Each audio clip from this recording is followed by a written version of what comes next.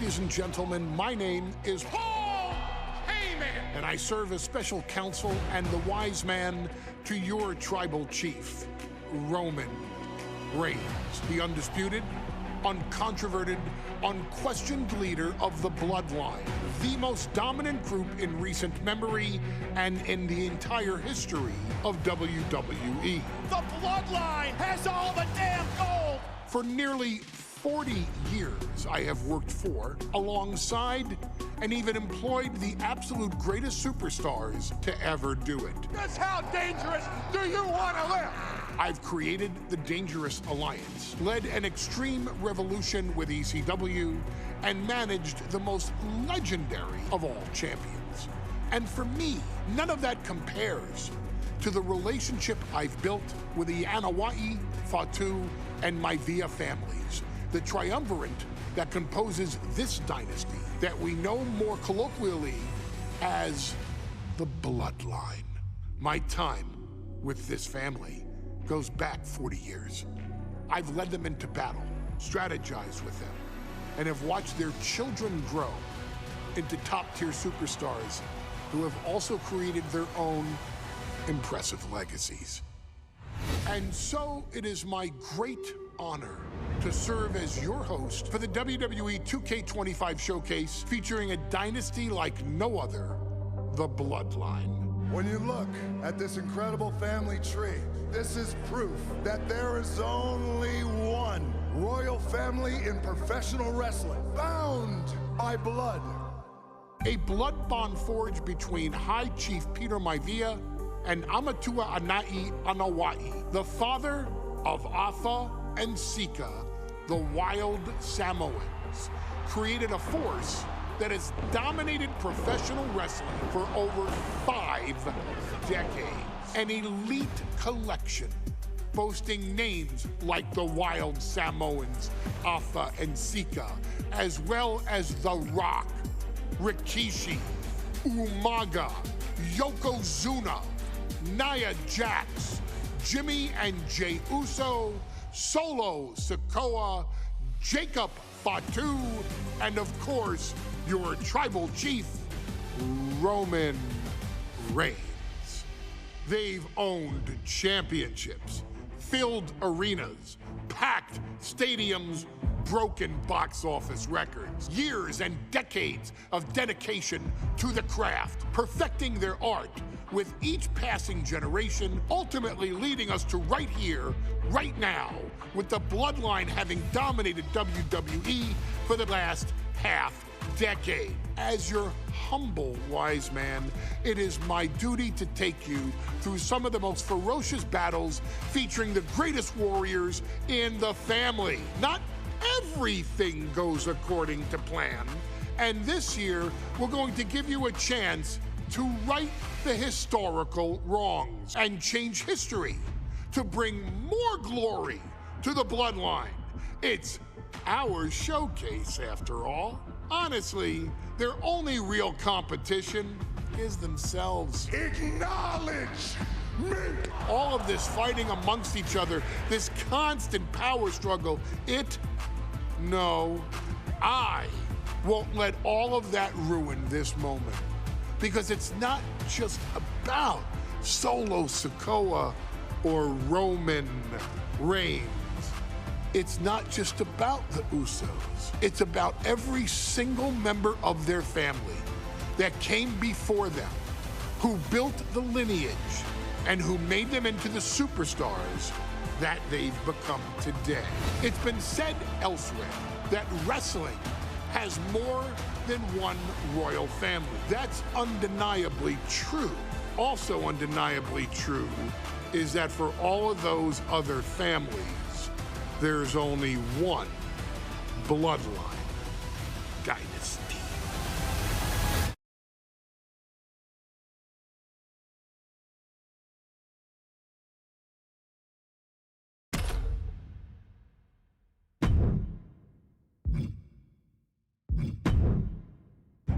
In a family that specialized in brute force over the years, perhaps no one better personified this than Rodney Anoa'i, nephew to the Wild Samoans, better known to the WWE Universe as the mighty Yokozuna.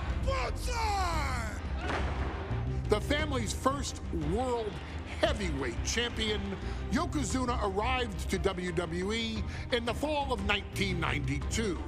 An imposing behemoth, to say the least, Yokozuna would make an immediate statement, winning the 1993 Royal Rumble just a few months after his debut. This victory would grant him a WWE Championship match at WrestleMania 9, where he took on Bret the Hitman Hart. This meteoric rise to the top was only a hint of the dominance Yokozuna would have on WWE for the next year. 2 WWE championships, a WWE Tag Team Championship, victory over the era's titans like Bret Hart, Undertaker, Lex Luger, and Hulk Hogan. Yokozuna is my middle name. I'm named after my uncle. I carry it with like so much pride and weight on my shoulders just because of like what he's done for this business and like who he is as a person too. It's a cool middle name to have, man. I represent it with the pride, man, that I have. Hopefully, man, I'm making him proud by doing it. The manner in which Yokozuna melded incredible size with unspeakable agility shocked the WWE Universe, who to that point were used to their monsters hitting hard but moving slow. Yokozuna broke the mold, punishing opponents with super kicks, uranagis, leg drops, and of course, his devastating banzai drop. A maneuver so effective that once it had connected, nobody kicked out of it. Nobody.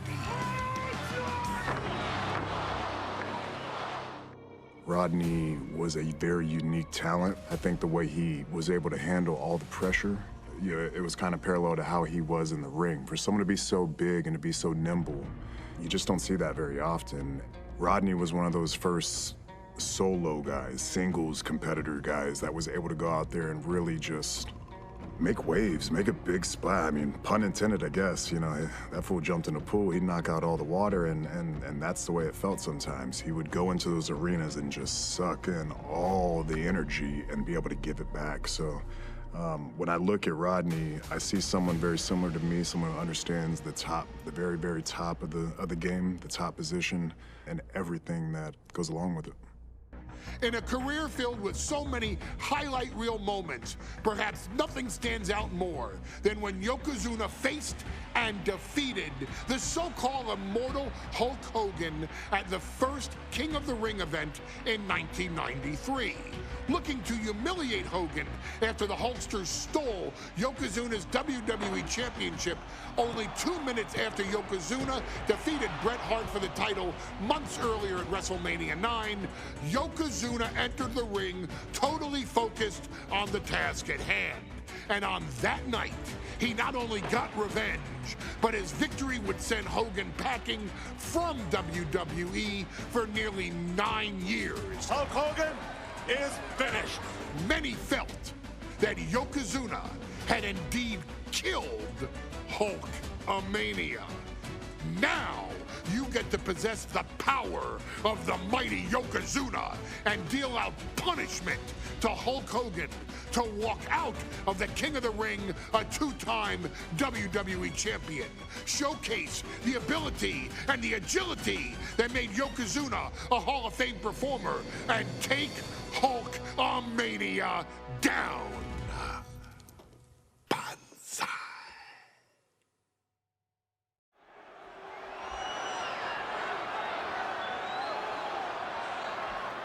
Ladies and gentlemen, this is an event of international magnitude.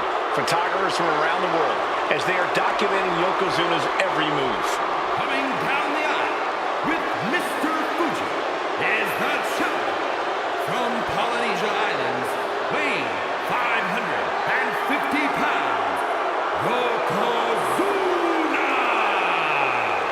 One thing, Corey, he's 550 pounds, bigger than he's ever been. And I understand Hulk Hogan trimmed down so he can have more speed, more endurance. But I'll tell you something, Hogan's got to take him out early. This is going to answer a lot of unanswered questions from WrestleMania 9. A lot of pressure on the president of WWE for what he did. But this is Yokozuna versus Hulk Hogan. Let the winner be the winner. One thing's for sure, Hogan will be quicker. He will be faster than he's ever been in any previous title defense. Well, this is going to be interesting because he's wrestling a fresh Yokozuna this time. Not a man who's already wrestled a 15-minute match with Bret the Hitman Hart. Well, Hogan and Yokozuna's last match lasted less than 30 seconds when Hogan won the title at WrestleMania. Well, I can tell you, this match will go much longer. Yokozuna will not be caught by surprise this time.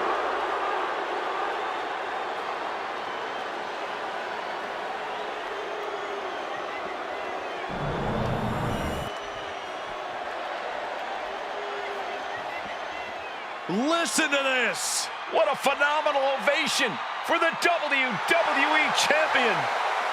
His opponent, coming down the aisle with his manager, the Mouth of the South, Jimmy Hart, from Venice Beach, California, weighing in 302 pounds, the WWE Champion, Hulk Hogan. You can feel this facility shake, literally moving. The rafters shaking with the ovation of the WWE Champion, Hulk Hogan. Hulk Hogan thrives on these people. He thrives on the Hulksters, the little Hulksters. This is what keeps this man going. Hulk Hogan's relying on the fans. He wants to hear them cheer. He wants to draw strength from them. But Yokozuna's focused. He has not taken his eyes off Hulk Hogan. He is ready, believe me. The Hulkster ready for war, and you can bet, ladies and gentlemen, it will be warfare here. Well, he's been saying for weeks that he is going to be the first man to slam Yokozuna. Oh, nobody slams Yokozuna. Well, we'll see. Hulk Hogan wanted to prove it was not a fluke that he beat Yokozuna. And now, we're going to find out if it was a fluke or not.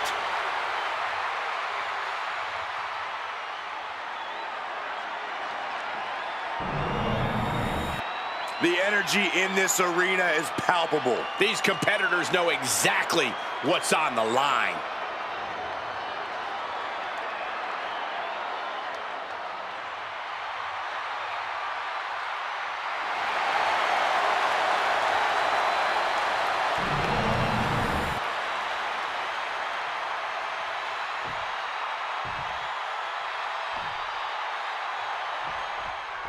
Michael Cole emanating from King of the Ring 1993 alongside Corey Graves and Byron Saxton, where Yokozuna hopes to regain the WWE Championship he lost in record time to Hulk Hogan. Both men coming in with so much to prove. Hogan wants to prove his controversial WrestleMania win was no fluke. And he's also promised to finally slam the 550-pound giant right through the ring. Yokozuna wants to erase the memory of his initial title reign that lasted mere seconds. He knows that a fresh Yokozuna can beat a fresh Hulk Hogan, and tonight is the chance to prove it. Some folks thought Bret Hart should have had this rematch against Hogan, but the president of WWE has made the controversial decision to give Yokozuna the title match. Indeed, there will be no rematch for Bret, who, I might add, lost the title after Mr. Fuji interfered on Yokozuna's behalf. Instead, he was given an automatic entry into tonight's King of the Ring tournament. The Hitman has certainly capitalized on that opportunity, already defeating Razor Ramon and Mr. Perfect tonight. Now, can he finish the job in the main event and win the King of the Ring? Yokozuna gets reversed.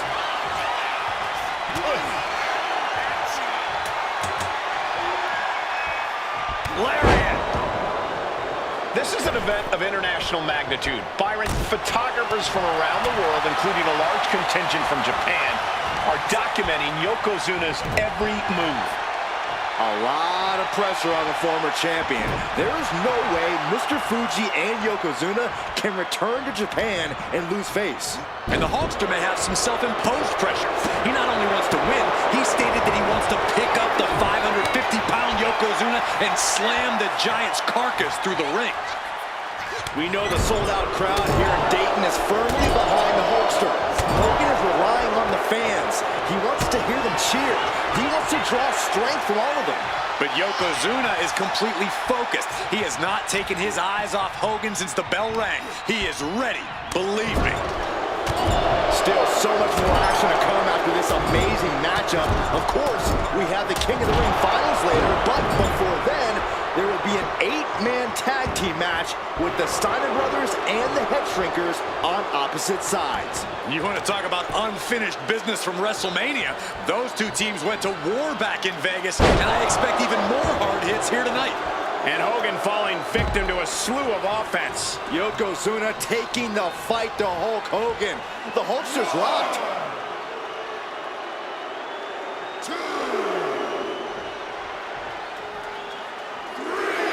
The Hulkamaniacs are going wild now.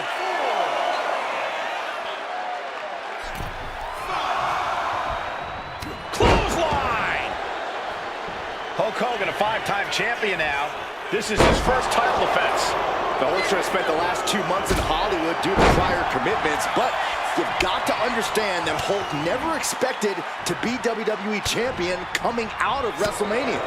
Well, now that Hogan has emerged from his paradise, the gravity of this situation with Yokozuna is going to... Yoko says this one's over. Bonsai drop. We might see a new champion crown.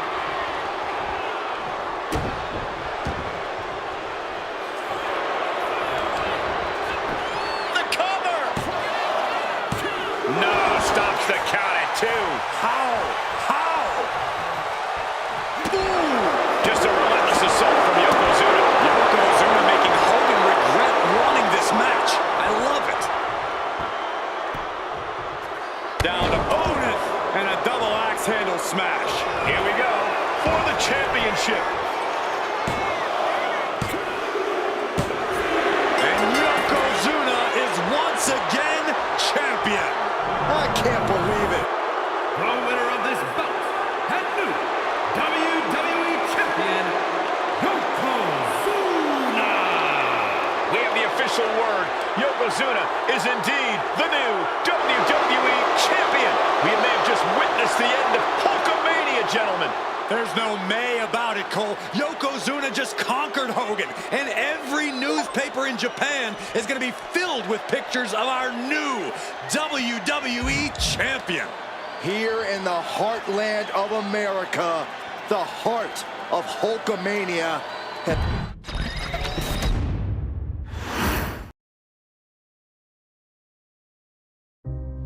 Our next chapter sees the showcase spotlight shine on an area in which the family built their legacy: tag team wrestling.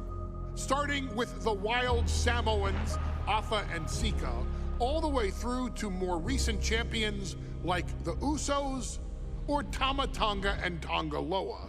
This dynasty has always excelled in tag team competition, consistently showing an ability to dominate the division with a wide variety of looks. And the first team that we will look at, accompanied to the ring by Afa himself. Fatu and Samu, the Head Shrinkers.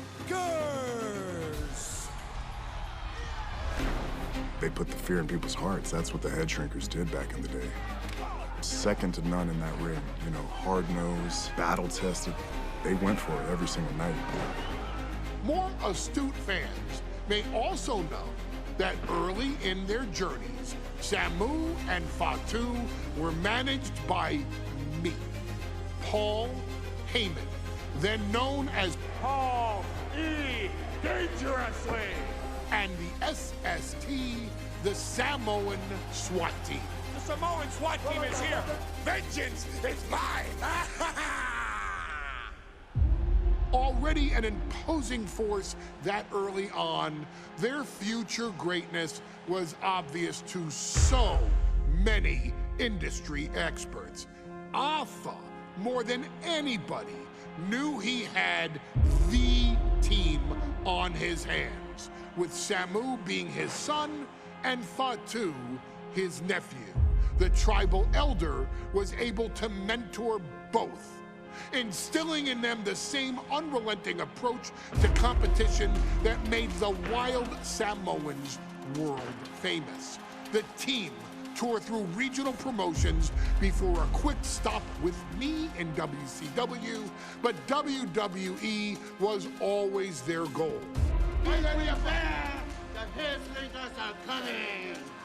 Upon arrival, it was clear that the dynasty's next generation had indeed arrived, immediately drawing comparisons to their world-renowned predecessors.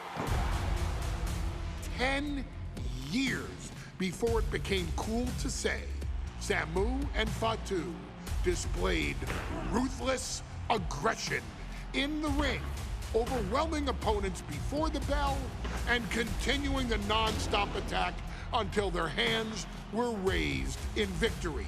Deceptively agile for men of their size, they brutalized the opposition with devastating dives from the top rope. The duo would eventually go on to capture the WWE Tag Team Championships in the spring of 1994, fulfilling the promise and carrying the legacy to even greater heights. At WrestleMania 9, the Head Shrinkers' one and only in-ring WrestleMania appearance saw them taking on Rick and Scott, the Steiner brothers. Be prepared, Steiner brothers. We're gonna give you a pain that you have never felt before. While I'm not one to make excuses, I am one to give opportunities to you, our expert gaming member of the WWE Universe. And so, today, you have the opportunity to make things right. WrestleMania 9, Las Vegas, Nevada. The Steiners performed at a near-perfect level that day, able to find every reversal and in the chaos emerge victorious. We are asking you to fix that, stop them in their tracks, and get the Head Shrinkers that WrestleMania victory you and I both know they deserve. But if you're not careful, you're going to find yourself reliving the very same memories that have haunted Samu and Fatu for years. Steiner lines, suplexes, Frankensteiners that will all bring your evening to a vicious, miserable end.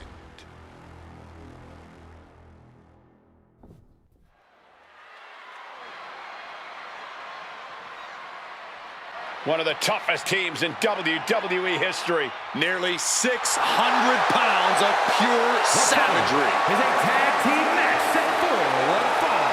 On the way to the ring, accompanied by Alpha at a combined weight of 565 pounds.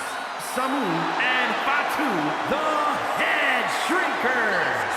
Fair warning, this one may not be too pretty, guys. You talk about rugged individuals. These are two tag teams that can really bring the fight to anyone that steps in their path. Yeah, there's about to be a seismic collision in the ring.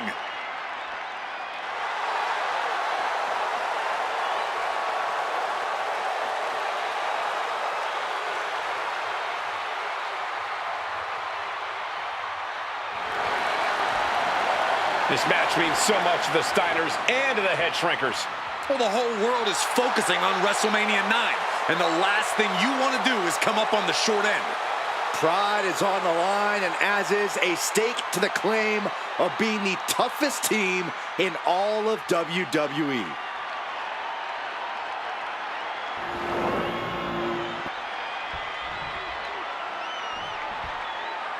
The Steiner brothers getting a tremendous ovation here in their first WrestleMania, and we'll see if they can carry on Michigan's winning ways. And their opponents, at a combined weight of 531 pounds, Rick and Scott, the Steiner brothers.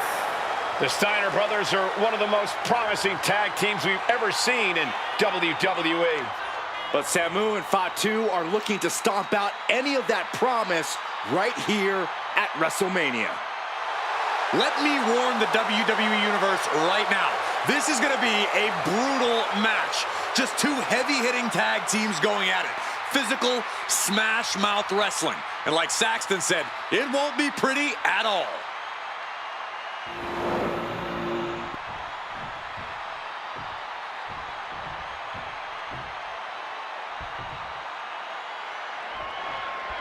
Big fight feel in Las Vegas as gladiators face off here at WrestleMania 9. And we are watching four men who would have been right at home inside of a Roman Coliseum. The Head Shrinkers and the Steiners are ready for a true battle. Both teams are relatively new to WWE, but we've seen that each duo is not afraid to get physical. Each side is looking for their first WrestleMania win, and they will do anything to earn it. The Head Shrinkers accompanied at ringside by Alpha, but he's not the only tag team legend serving in a managerial role tonight. That's right, Michael. Just like Alpha, Mr. Fuji earned many WWE tag titles as a wrestler. But now, he's hoping to lead Yokozuna to the WWE Championship. And looking at all the top young talent in this ring, I see many other main event stars of the future that could follow the lineage of Yoko. Ooh, and Samu fights back. Comes down across the head with the axe handle. Elbow drop. He managed to get one over on the experienced Steiner there. Yeah, that's Samu putting his in-ring acumen to good use.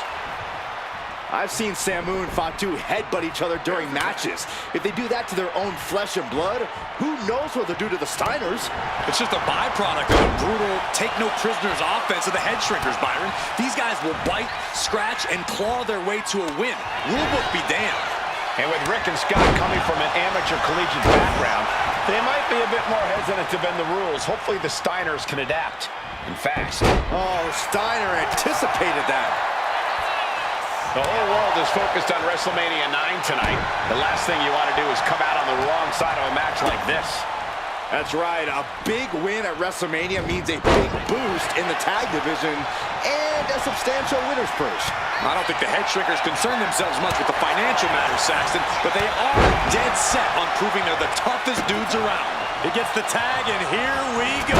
The complexion of this match is about to change. His body has to be racked with pain. Yeah, things could turn even worse soon if there isn't a tag on the horizon. Oh, God, face first! Oh, man. Uh-oh, headbutt. Oh, my gosh! Samu and Fatu, already some success in the tag division tonight. Could really be their coming out party. Well, they certainly have a tradition to uphold, Cole. The man in their corner, Alpha, has held the WWE tag titles on 3 occasions, and he's primed to bring the Head Shrinkers to the top as well.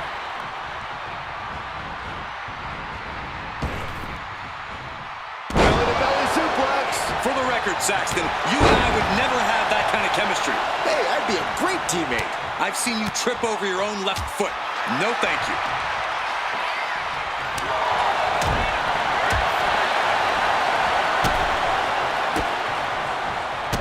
Quick way to respond with a reversal. What a display here. Counters on both sides. The Head Shrinkers and Steiners are two of the brightest young teams in WWE. But they both come to this match with a few years of experience in WCW. The Steiner brothers earned many tag accolades in WCW, but Rick and Scott have their share of singles titles too. Meanwhile, Samu and Fatu were never quite able to break through before WWE. You know that has to serve as motivation for the Head Shrinkers tonight.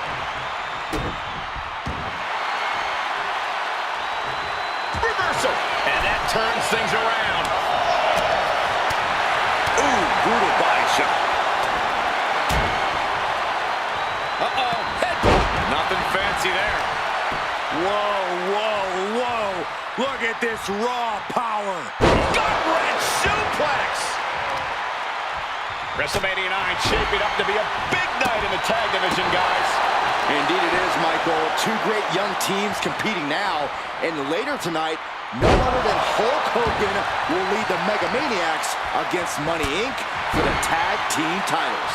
Oddsmakers in Nevada have the smart money on Hulk Hogan leaving Vegas with the gold tonight. Hits him with the gut-wrench suplex. What impact! Steiner looking powerless to every attack. The Head Shrinkers smartly keeping themselves out of the grasp of Rick and Scott Steiner.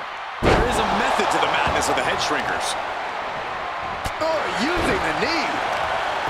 Just muscling up their opponent into the Gut-wrench suplex.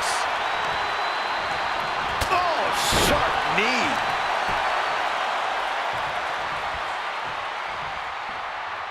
Wow, what impact!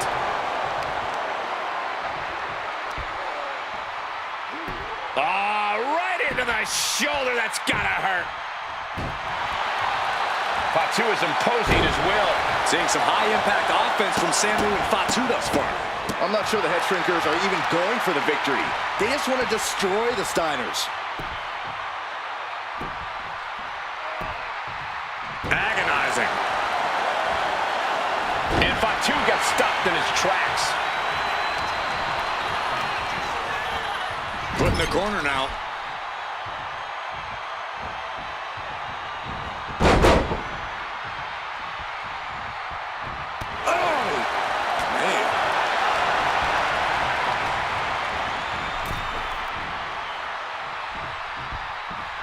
Draped across the top rope. Clubbing forearm. And now Scott is getting beaten down. Fatu just smothering his opponent with offense.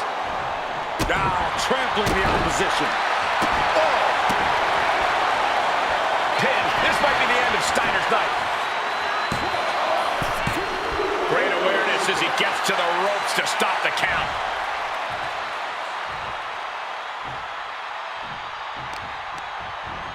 Some serious damage to the arm being inflicted here.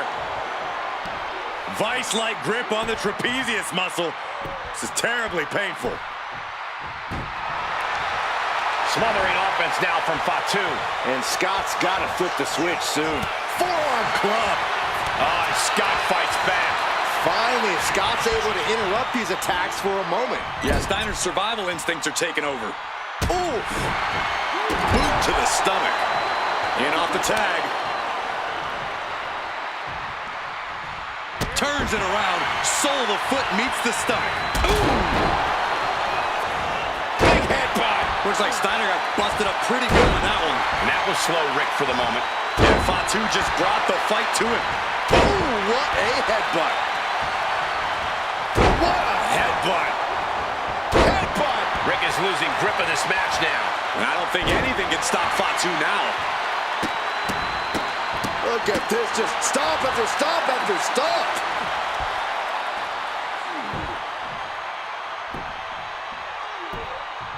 Agonizing. Headbutt. Golly. Tag. Boom! All the way to the outside.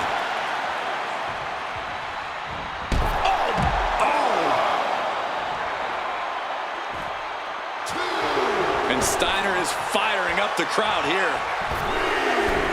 Headed to the top rope.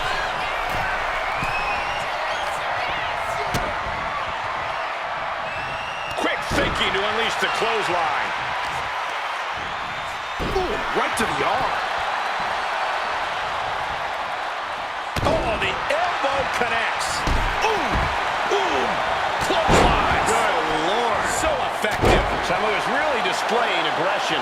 Looks like Rick is having trouble generating any sort of defense. Another targeted attack to his head and neck area. He has to be careful. What a barrage of stomps.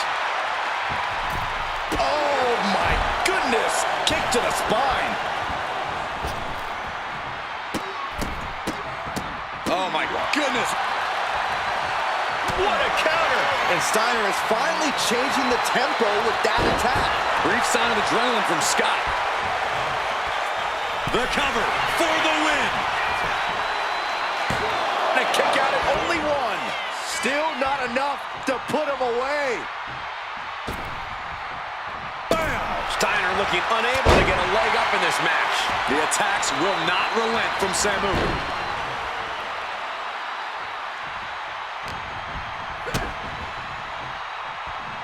He counters with a great reversal. At last, he's keeping that string of offense in check. And if he's smart, he'll try and take advantage of the opening he's created.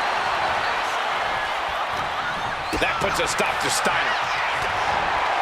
Oh, roundhouse kick. We have a pin. Shoulders are down.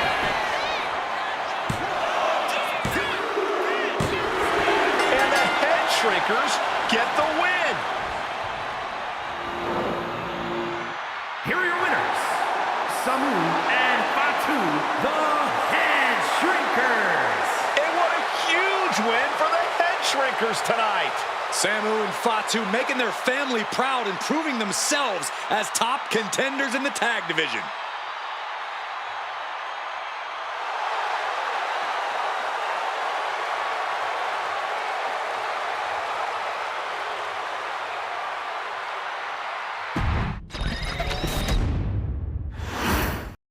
Big fight feel in Las Vegas as gladiators face off here at WrestleMania 9.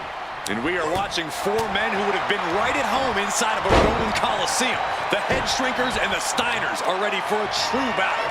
Both teams are relatively new to WWE, but we've seen that each duo is not afraid to get physical. Each side is looking for their first WrestleMania win, and they will do anything to earn it. The whole world is focused on WrestleMania 9 tonight. The last thing you want to do is come out on the wrong side of a match like this. That's right. A big win at WrestleMania means a big boost in the tag division and a substantial winner's purse. I don't think the Head Shrinkers concern themselves much with the financial matters, Saxton, but they are dead set on proving they're the toughest dudes around. Sent to the corner. Tag was made. Tag is made. Look at the momentum. Oh, God, what a clothesline! When you see a unit as aligned as they are, it's really incredible. Ooh, what a damaging blow. A quick cover.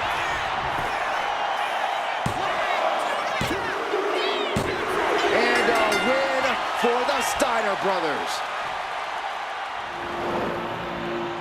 Here are your winners, Rick and Scott, the Steiner Brothers. What a physical match. What a war we've just seen, ladies and gentlemen. What a hard-fought victory for these two brothers from Michigan.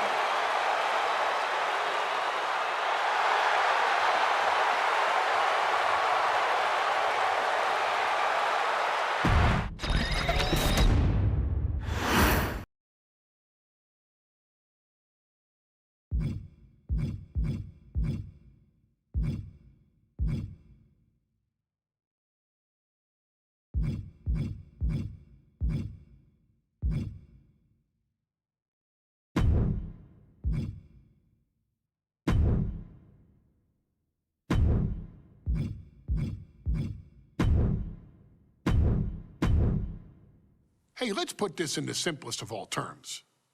Dwayne "The Rock" Johnson is the biggest celebrity on the face of the planet today. Now, whether he's a blue chipper, the people's champion, or as we know him right now, the final boss, The Rock has always commanded all of the attention in the arena since the very first moment he made his WWE debut at the 1996 Survivor Series. Born into this business, The Rock would become WWE's first ever third-generation superstar, following in the footsteps of his father and grandfather.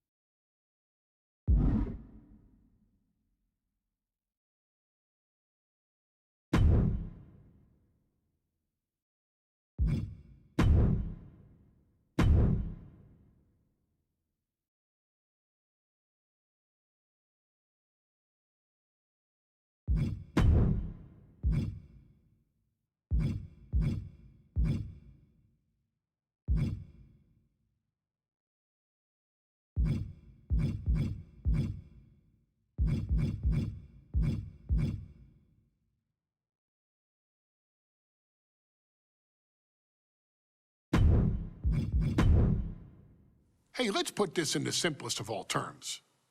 Dwayne "The Rock" Johnson is the biggest celebrity on the face of the planet today. Now, whether he's a blue chipper, the people's champion, or as we know him right now, the final boss, The Rock has always commanded all of the attention in the arena since the very first moment he made his WWE debut at the 1996 Survivor Series. Born into this business, The Rock would become WWE's first ever third-generation superstar, following in the footsteps of his father and grandfather.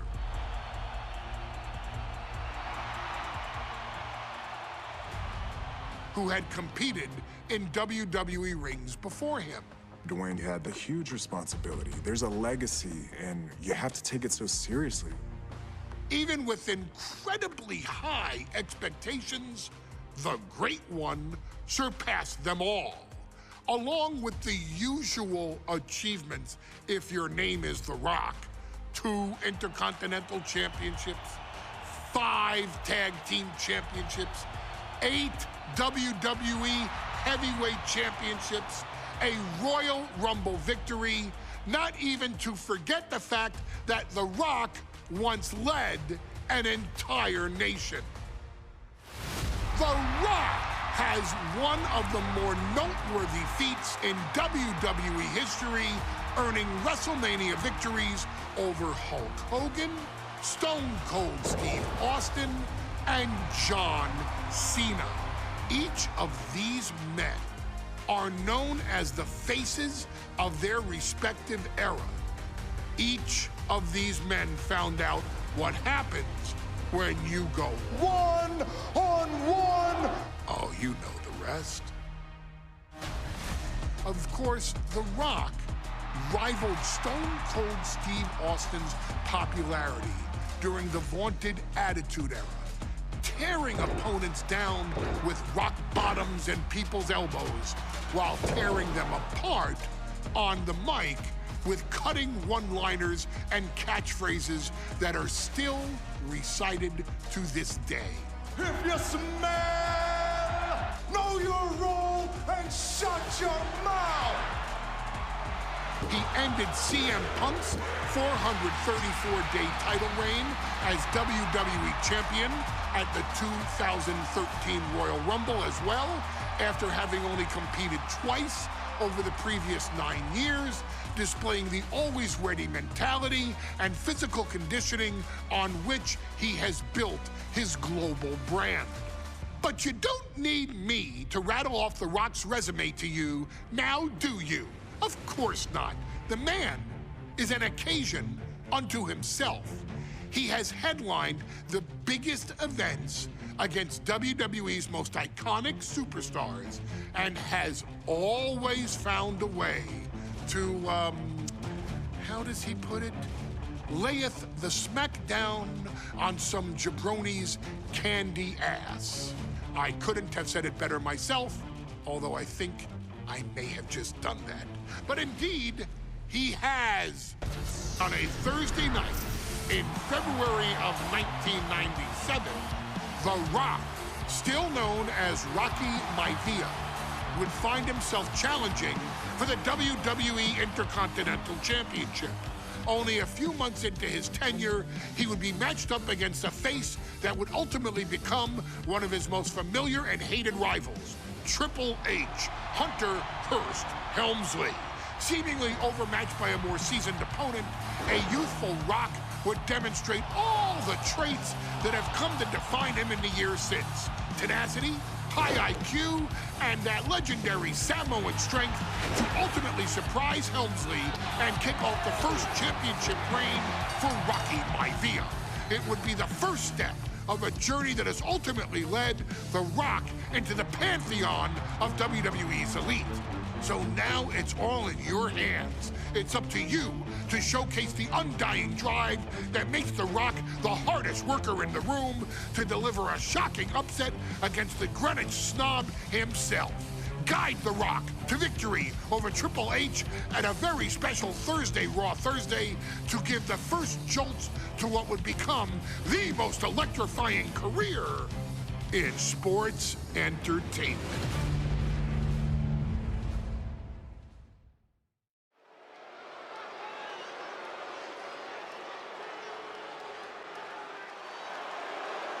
And here comes the #1 contender, at least for tonight, Rocky Maivia. The following contest, scheduled for one fall, is for the WWE Intercontinental Championship. Making his way to the ring is the challenger from the South Pacific, weighing in at 275 pounds, Rocky Maivia. A blue chip talent with a bright future.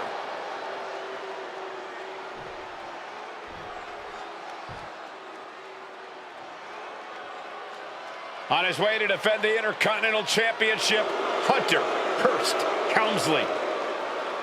His opponent from Greenwich, Connecticut, weighing in at 246 pounds, the WWE Intercontinental Champion, Hunter Hearst Helmsley.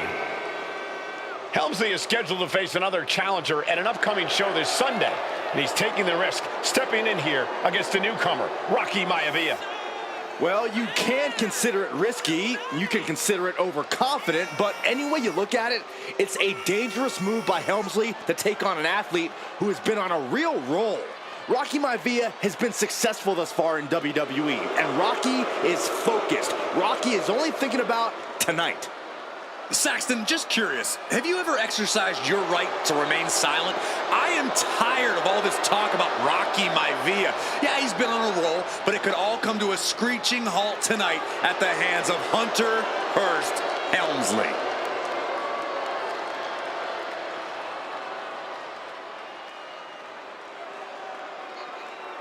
Undoubtedly the top title in this company.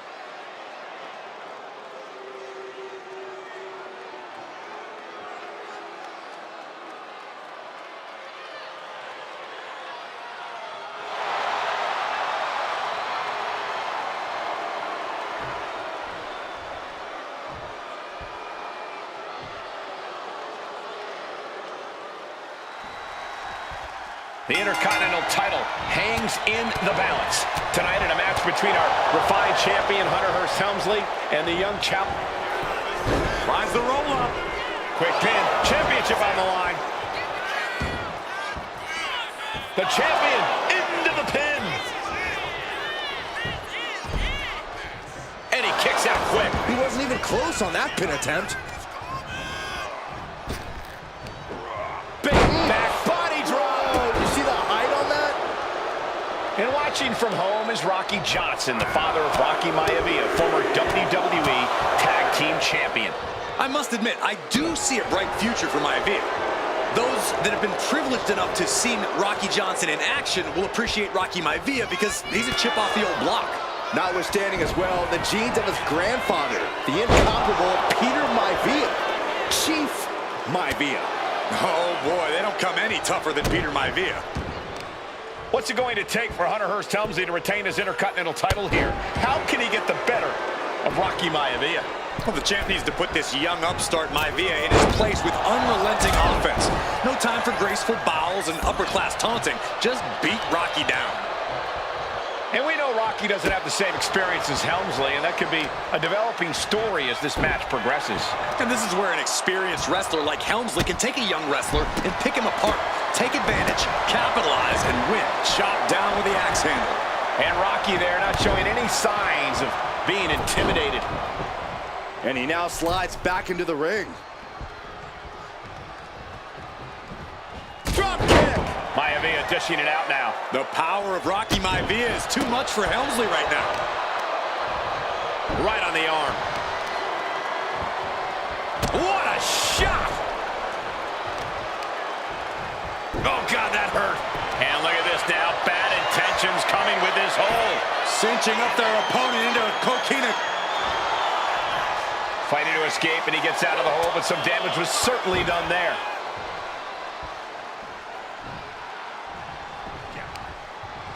Wooden step ahead there. Intercontinental Championship at stake right here in Lowell, Massachusetts. We're expecting an emotional night for all of us, considering that Shawn Michaels will forfeit the WWE Championship live tonight. Yeah, I saw a very dejected HBK earlier today. I couldn't even get him to crack a smile at all. Well, that's just because no one's ever happy to see you, Saxton. Oh, lands a kick to the gut. And able to beat Helmsley to the punch. Trying to target the back of the neck here. Hunter is getting dominated. Maivia keeps bringing the energy, and Helmsley has no answer. Maivia with a nice turnaround. Before this match, I was talking to Helmsley, and he said he can beat the snot out of this Maivia kid in less than 10 minutes. In fact, he was showing me on his watch. Did you know he has a timepiece that costs $20,000? Confident words from Hunter Hearst Helmsley. Not sure how relevant his timepiece is to this match, though, Corey. It isn't relevant. I just wanted to share an example of how far ahead in the game of life Helmsley is. Oh, brother.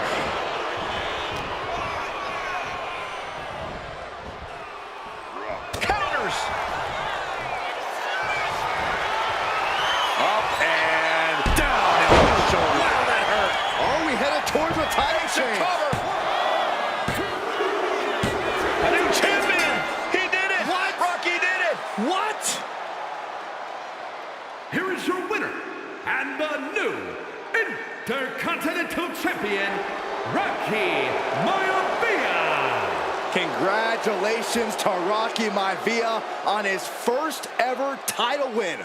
Rocky can proudly raise that Intercontinental title, knowing he bested the formidable...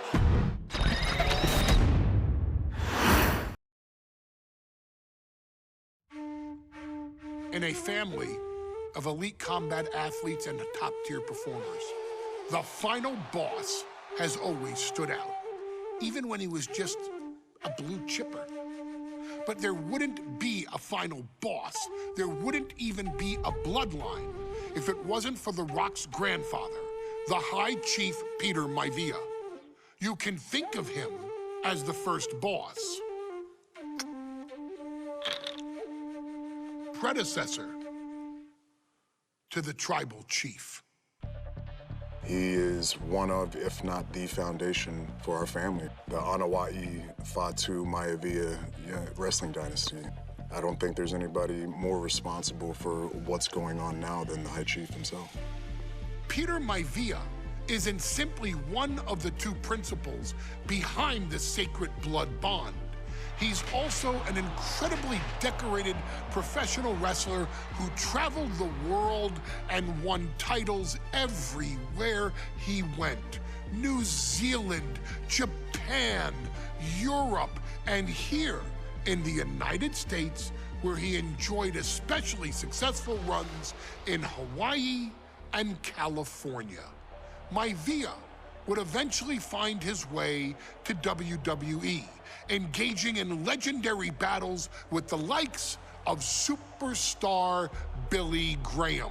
His larger-than-life personality would win the WWE Universe over in short order, as it had throughout his entire career. In the ring, High Chief Peter Maivia was a potent blend of brawn and grappling technique, often muscling his opponents down to the mat through a variety of joint locks and then switching to more painful holds once grounded. His sleeper hold and stump puller were both feared and renowned, and make no mistake about it, Maivia knew there was always more than one path to the ultimate victory. Out of the ring, High Chief Peter Maivia also ran one of the most successful wrestling promotions on the planet, Polynesian Pro Wrestling, based out of Hawaii, showing his mastery of the business in every aspect. His induction into WWE's Hall of Fame class of 2008 was supremely deserved, forever enshrining Peter Maivia as the legend he always was.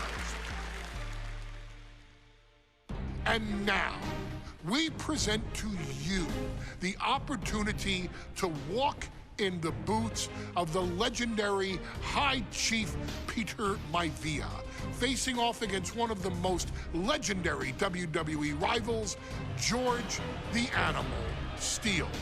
You will settle this score once and forever and showcase the overwhelming strength of Peter Maivia, which has ever since remained as a hallmark for every single solitary member of this bloodline.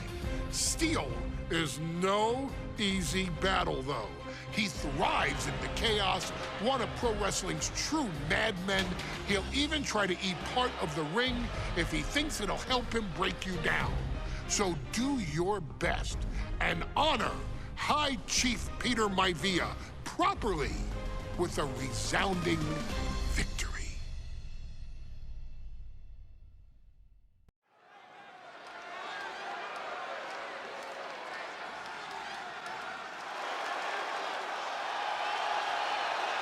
Uh-oh, somebody called the local zoo.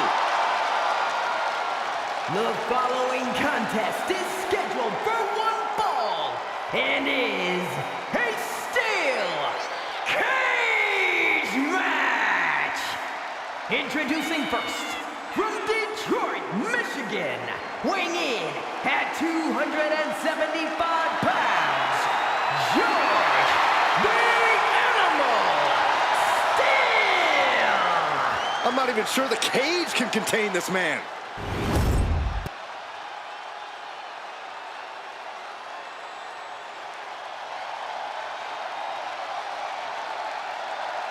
And strolling down the aisle, the opponent of George Steele, Peter Maivia. Always a chaotic matchup. His opponent from the Isle of Samoa, weighing in at 275 pounds, High Chief Peter Maivia. Steele had better keep an eye on Maivia because Maivia is a true brawler. Few men can handle the chaos of the animal inside a steel cage, but I believe the High Chief is ready.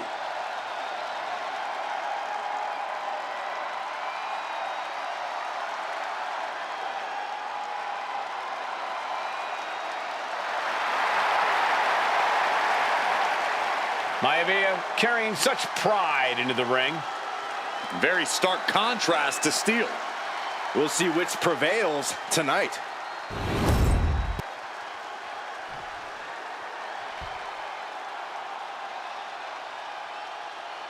Steel cage match underway. Peter Maivia versus George the Animal Steele. Most of the matches between Peter Maivia and George Steele have ended inconclusively, but this time we'll have a winner. These are two very different men, Cole. The High Chief is a man of great pride and respect for the ring, while Steele is, well, he's an animal. I can't think of two opponents with more opposing styles. You said it, Corey. Let's just hope this one gets taken care of in the ring tonight. The High Chief Peter Maivia really making a name for himself at WWE, but he's had plenty of experience on the way up. Plenty of championships on the West Coast, but he's made the biggest splash in Hawaii, where he earned multiple tag team titles.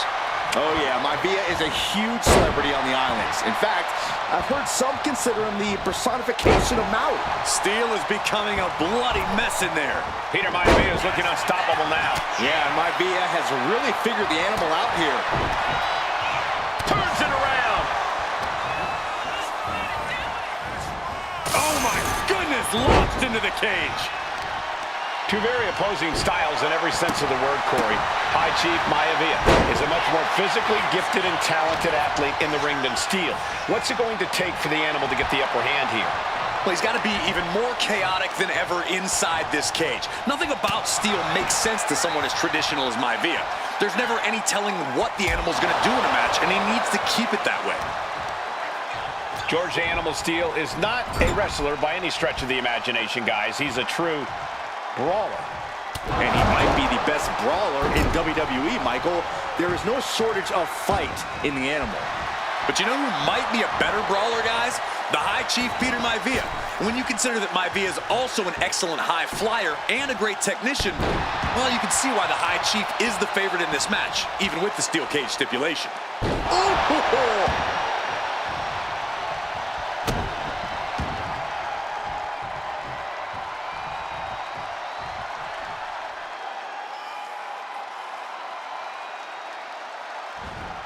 Oh, low tackle.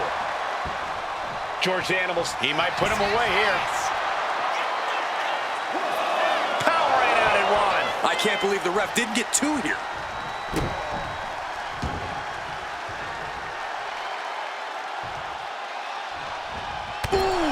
Peter Maivia now with the upper hand. And you can see Steel is struggling to weather the storm with the High Chief.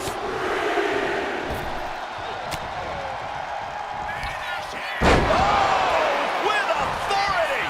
Maivia. He's got him down. Here we go. Shoulder shoots up before two. This is where great cardio makes all the difference, helping you stay alive deep into the match. What's Maivia got here?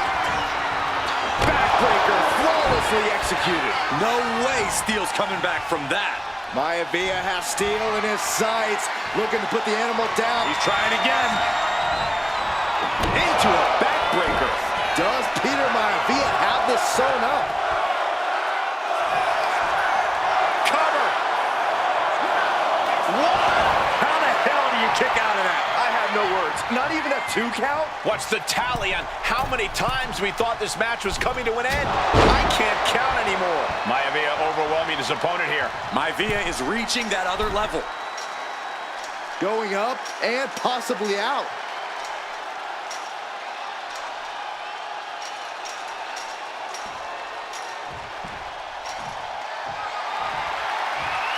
Now heading up the cage. Makes it to the top of the steel cage.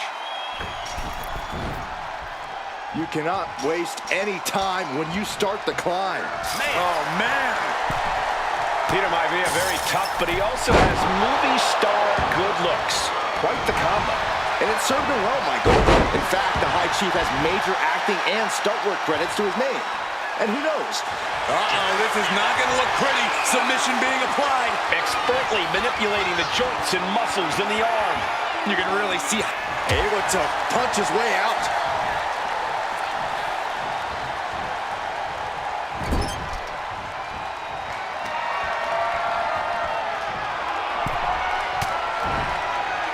Maivia one step ahead.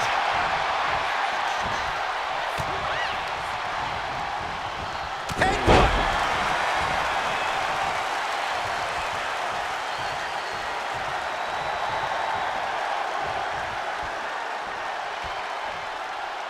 Measured up nicely. Fist drop! When a man like Peter Maivia signs up for a match with the Animal, he doesn't know what to expect, just to expect anything in the world.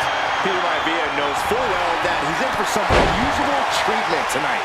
In fact, Steel often has trouble finding opponents due to his erratic nature. But when it comes to competition, the High Chief wants to prove he's worthy of that name. Peter Maivia will take on any competitor, no matter the difficulty. Maivia's got his opponent where he wants them. Measuring it up one more time. Backbreaker, good grief. Delivered again. Just end it now. Trying to stay sure-footed on the way up.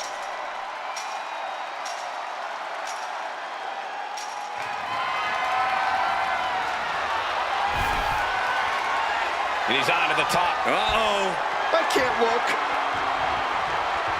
And he has started to ascend the cage wall now.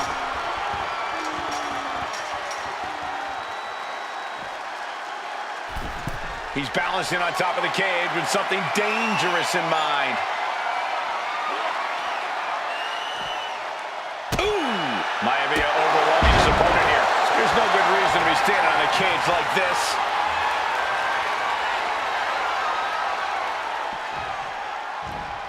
What's he doing, guys? Throwing caution to the wind. Gentlemen, we've into the pin. Could be over for Maivia. He breaks the pin before a 1 count. What a jaw-dropping show of strength this late into the match. Great hip toss. He's telling the ref to get the door open right now. Double axe handle smash. Now trampling the opposition. Oof, pounding the breadbasket. And he is telling the referee to open the cage door. He wants out of there. And I guess he's out of here, free and clear.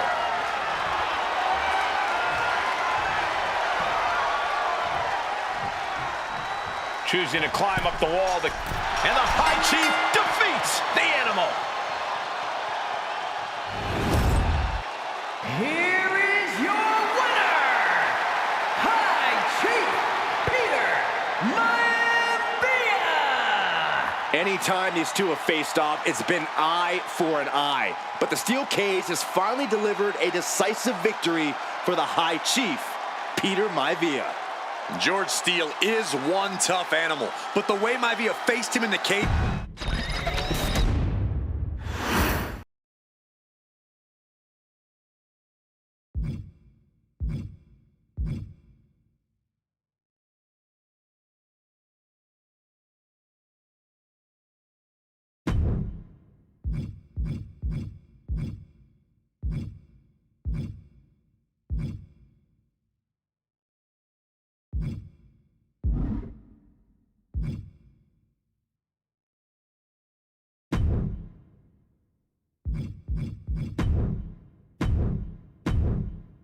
She's not like most girls.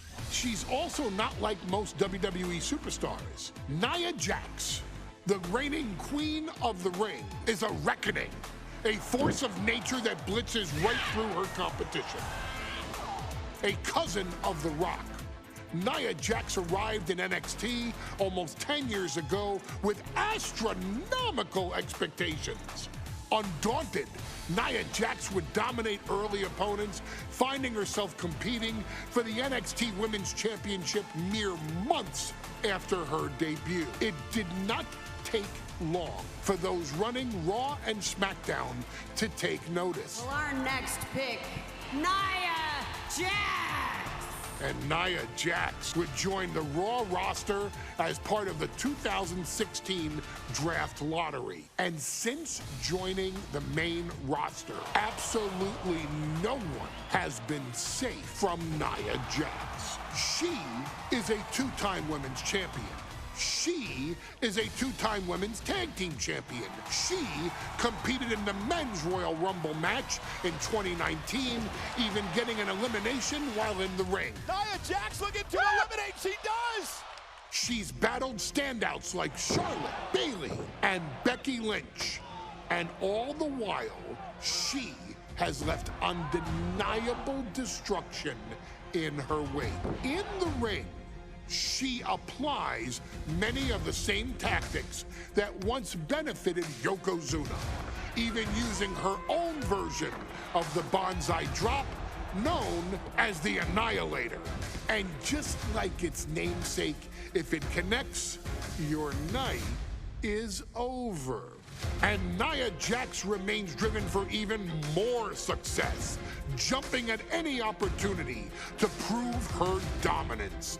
This last year, that included entering into the 2024 Queen of the Ring tournament after earning victories over Naomi, Jade Cargill, and Bianca Belair. Nia Jax would fight her way into the finals, taking on former NXT Women's Champion Lyra Valkyria. Valkyria built a lot of momentum, defeating Dakota Kai, Zoe Stark, and Io Sky to punch her ticket into the final at the Queen and King of the Ring.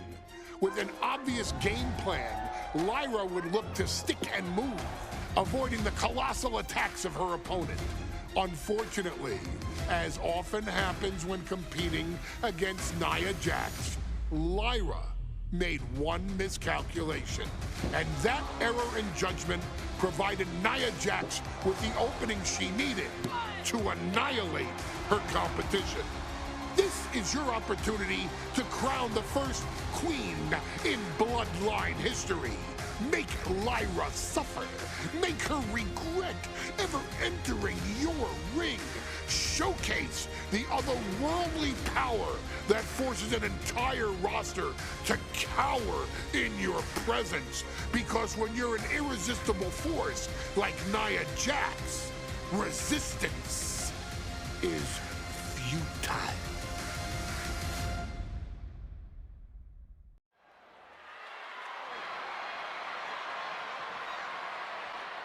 And now a dark horse will face an unforgiving titan in hopes to don the crown. Lyra Valkyria versus Nia Jax in the Queen of the Ring Finals. The following is the final match in the Queen of the Ring Tournament. Introducing first, from San Diego, California, Nia Jax. I cannot wait to witness what unfolds here. The irresistible force has been on a tear recently. And Nia believes the crown already belongs to her. Will Jax's menacing presence and sheer power be too much for Valkyria to overcome? Or can Lyra write a happy ever after ending to her Cinderella story?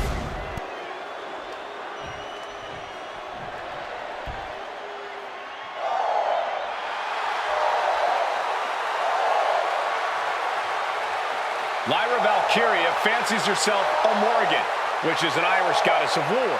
As they were on the battlefield, they used to take the shape of ravens to fly around and decide who would live and who would die. That is what Lyra Valkyria is bringing to the ring here tonight.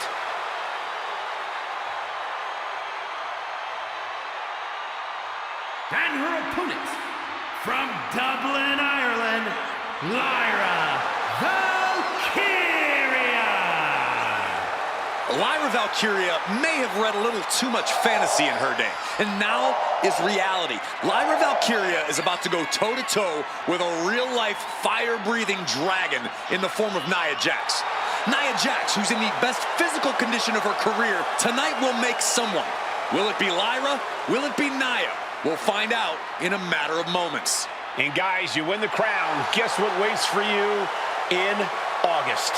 A date with the champion of your respective brand at SummerSlam.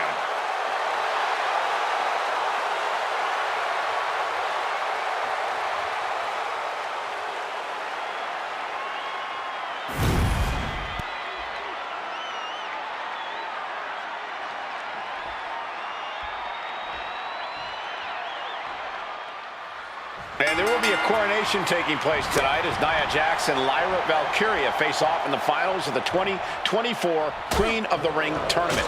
The irresistible force has been on a tear recently, and Nia believes the crown already belongs to her. As for Lyra, this is the biggest match of her career. Remember, she was still on the NXT roster just a few weeks ago, and now she has a chance to make history. Neither Nia nor Lyra looking to back down in this match, both knowing all that's at stake here. Some serious damage to the arm being inflicted here. Ooh, what a kick. Nia doing exactly what she set out to do, keeping Valkyria grounded.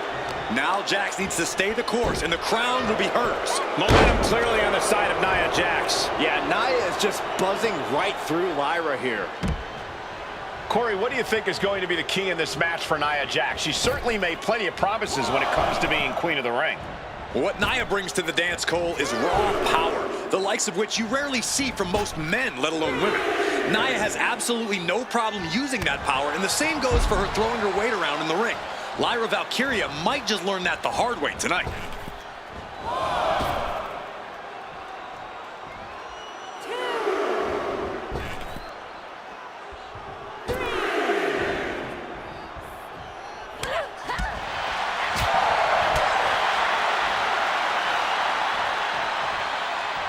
Tag punch. Wow, running senton. Man, that's gonna hurt. Senton connects.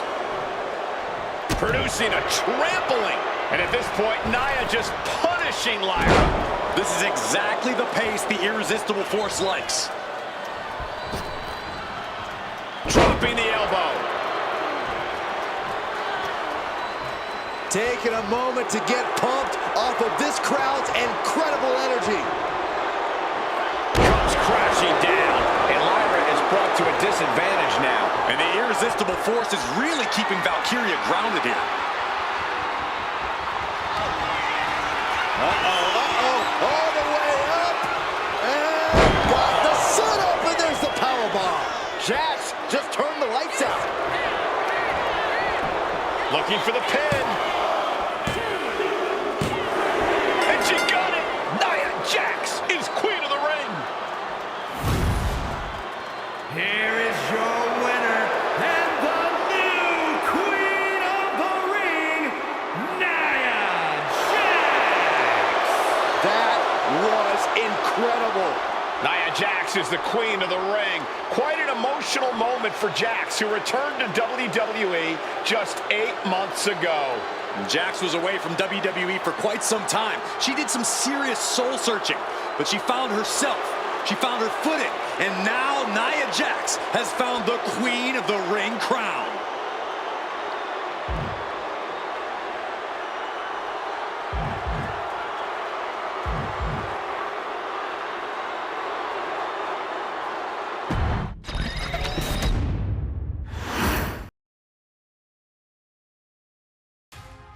I'm sure you will agree with your wise man.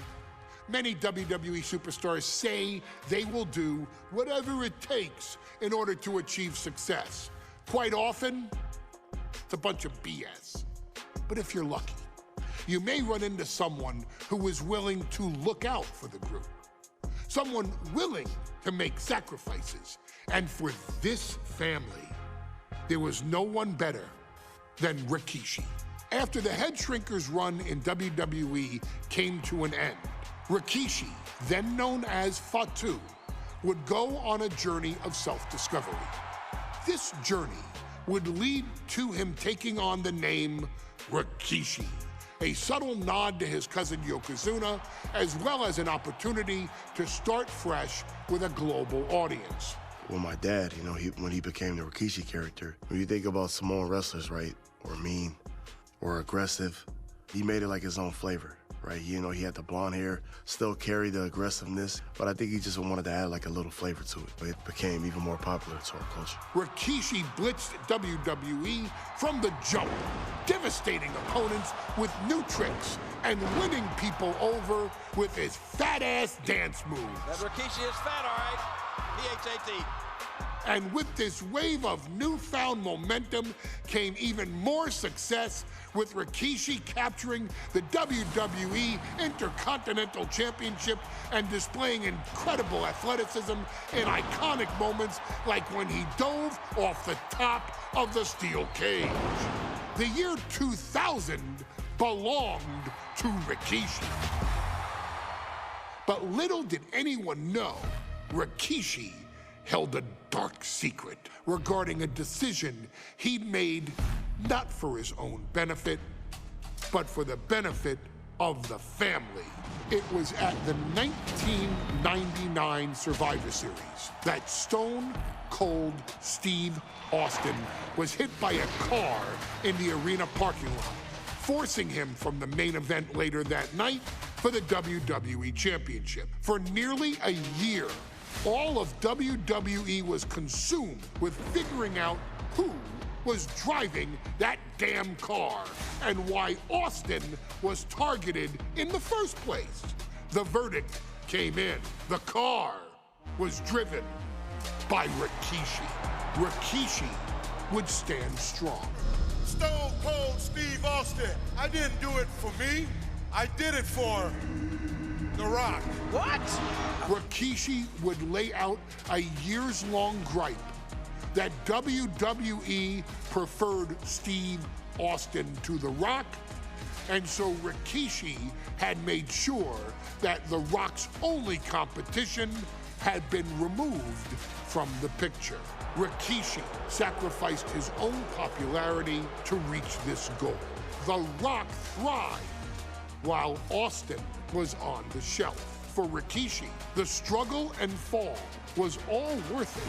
Rikishi knew that he would eventually have to face off with the Texas Rattlesnake to answer for his sins. And he welcomed that meeting with open arms.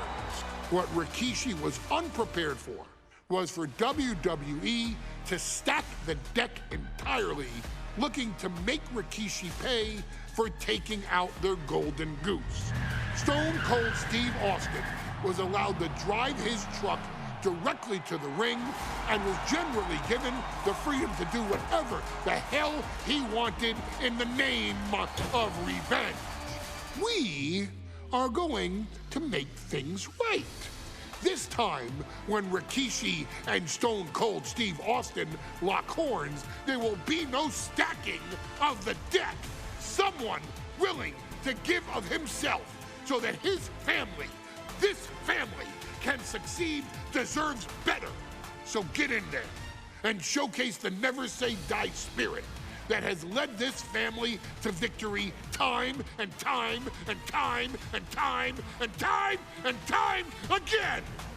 Use whatever weapon you can get your hands on and prove to Stone Cold Steve Austin that you will do anything for the people.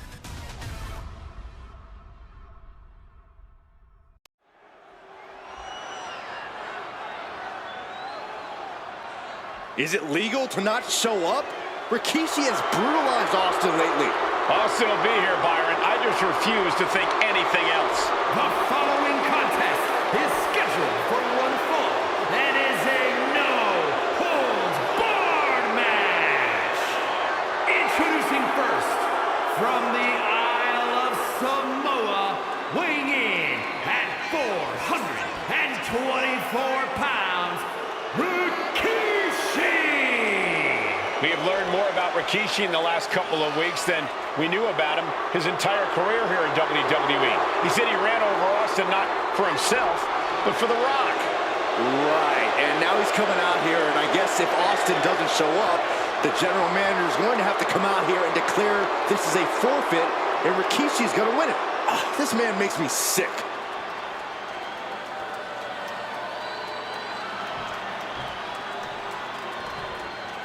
Is he here? Well, there's the Rattlesnakes music. He's here. Austin's here. Stone Cold Steve Austin came here with no fear, no hesitation, just revenge. His opponent, from Victoria, Texas, weighing in at 252 pounds, Stone Cold Steve Austin fought for his life to make it back here, to make Rikishi pay. Now there is no way Rikishi can escape the Texas Rattlesnake. It's been almost a year since Austin competed in the ring. Austin is a man possessed. Rikishi feels good about running over Austin and said he'd do it again. That man is sick. Oh, Rikishi made two mistakes. One, trying to end Austin's life. And two, not being man enough to finish the job. Austin's going to absolutely tee off on Rikishi. This one is going to get ugly in a hurry.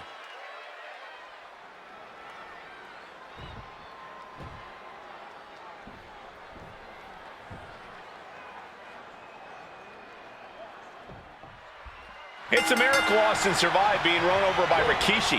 Now a pissed off Texas Rattlesnake is on the loose and out for revenge. It took Austin almost a year to recover from the injuries he suffered in that heinous attack. You can't blame Austin for the damage he inflicts on Rikishi tonight. Byron, a lesser man wouldn't have survived. Stone Cold promised that Rikishi's days of walking above ground are over. This is no holds barred. And looking at my monitor, it just makes me sick to my stomach watching Rikishi. This is a man who has no remorse and feels justified for running Austin down like a dog. Look, to be devil's advocate, you gotta look at Rikishi's perspective.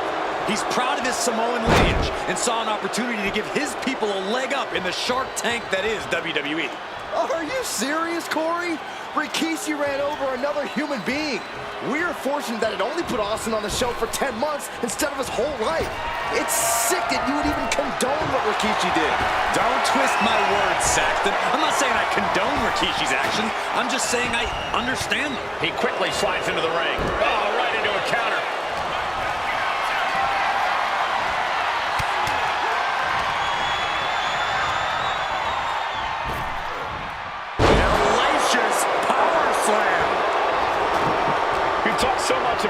moves leading into this match. In my view, Rikishi's a delusional. His family have been given equal opportunities, and they all took full advantage of them. Yeah, my blood boils at the propaganda Rikishi's been selling. But I'll tell you about the most legitimate motive in this story, and that is payback for Stone Cold.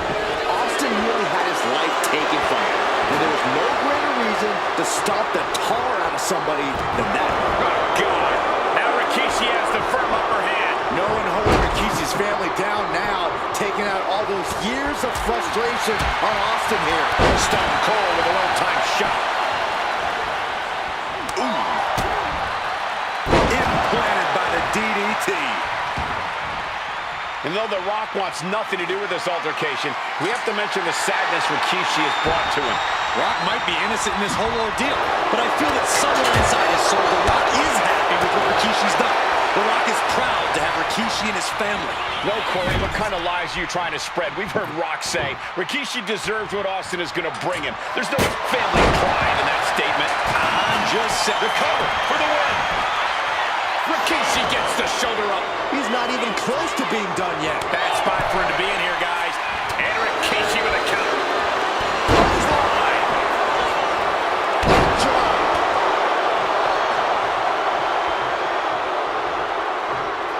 Disrespecting the competition. And Byron, I just cannot see any legitimate reason to run over Stone Cold like Rikishi did last Survivor Series. I mean, Austin does ruffle the feathers of a lot of people, Michael, but I don't think any of his rivals would go to those disgusting lengths that Rikishi's gone to. And Stone Cold can't find a way off the blocks. Rikishi with an onslaught here against Austin. Dare I say, Stone Cold could be in trouble.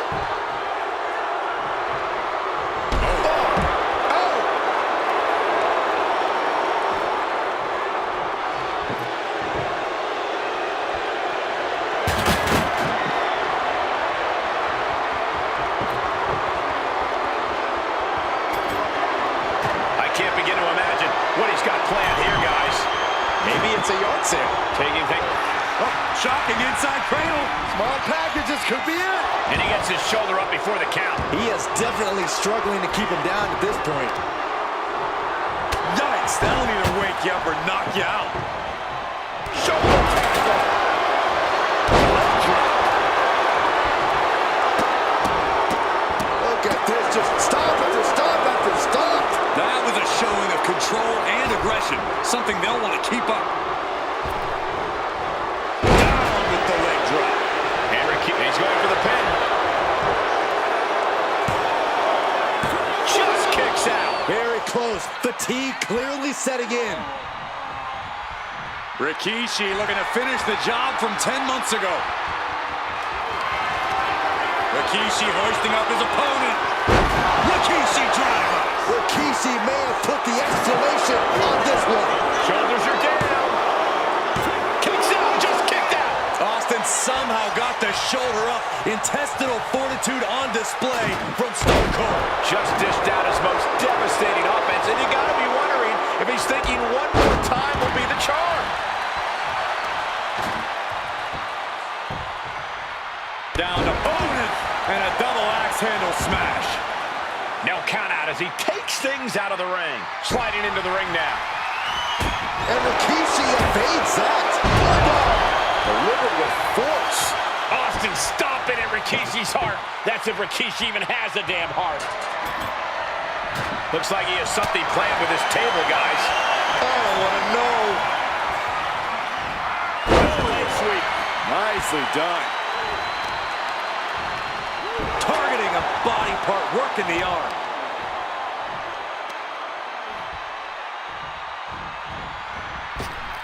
Oh, man. Kick to the face.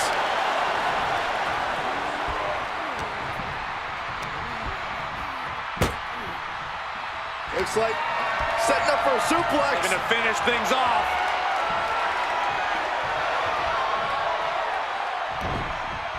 Into a top line.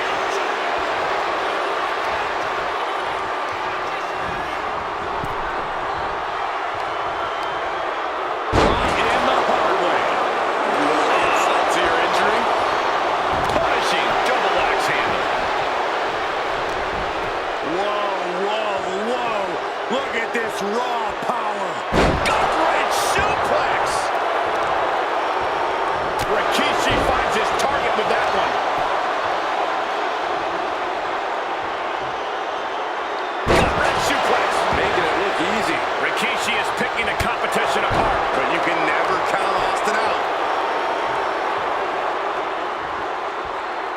hits him with a gut-wrench suplex. What impact! Sharp knee. Just muscling up their opponent into the gut-wrench suplex. No idea where this one's heading. He'll make his way to the ring. The Rattlesnake is in a precarious position. Scooped up, here it comes. Rikishi, driver. Will that keep the Rattlesnake down? Rikishi somehow defangs the Rattlesnake. Damn it. The winner of this bout, Rikishi! This is not what many of us expected to see. We wanted to see retribution, but Rikishi was too much of a monster for Stone Cold tonight. The vitriol that consumed Rikishi powered him to finish the job and leave a battered Austin in his rearview mirror.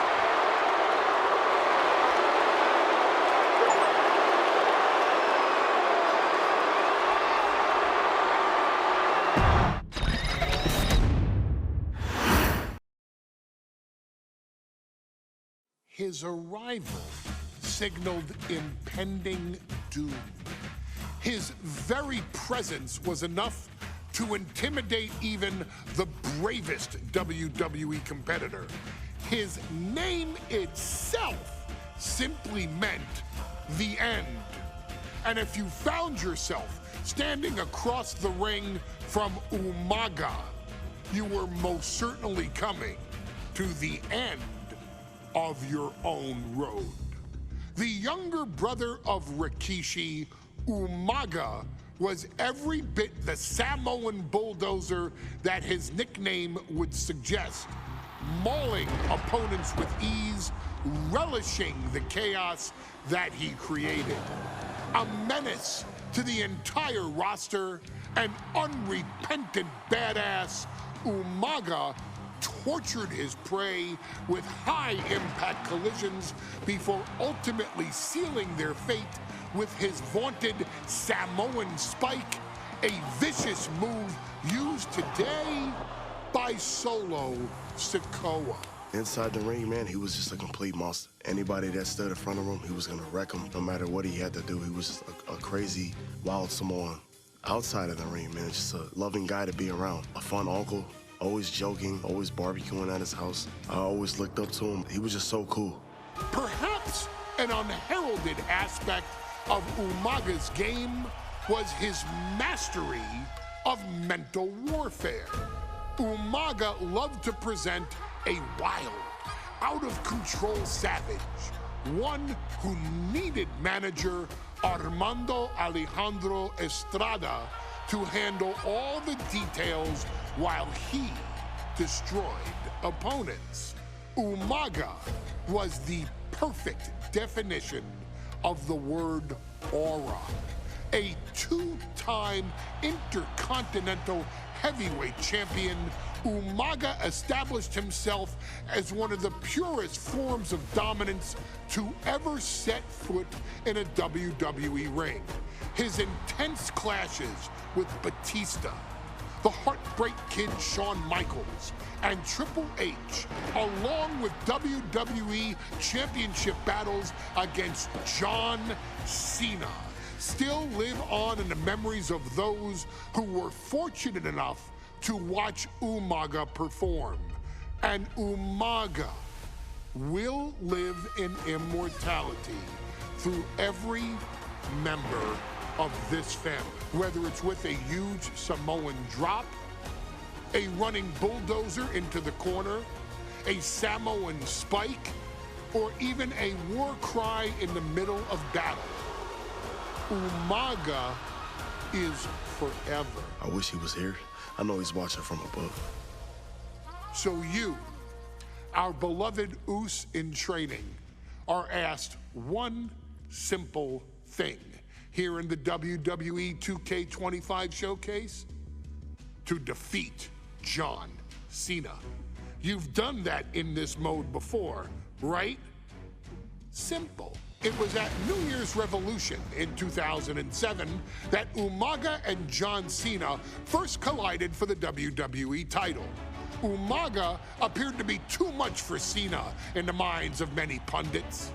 Undefeated in WWE some 9 months after his debut, and things were going very well for Umaga.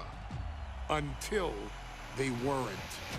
Umaga would see his undefeated streak end by, of all things, a damn roll-up after rushing directly into the outstretched shoes of John Cena. 1 second of luck allowed John Cena to escape the inevitable, and now it's on you to fix it.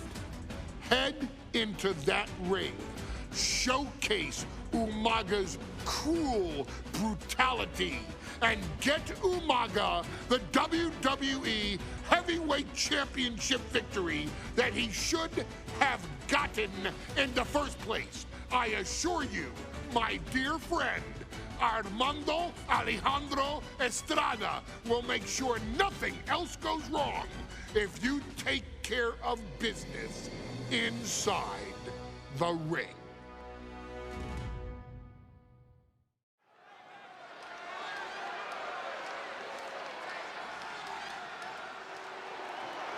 Well, ladies and gentlemen, here he is. He could be the next WWE champion, the near 400-pound Umaga.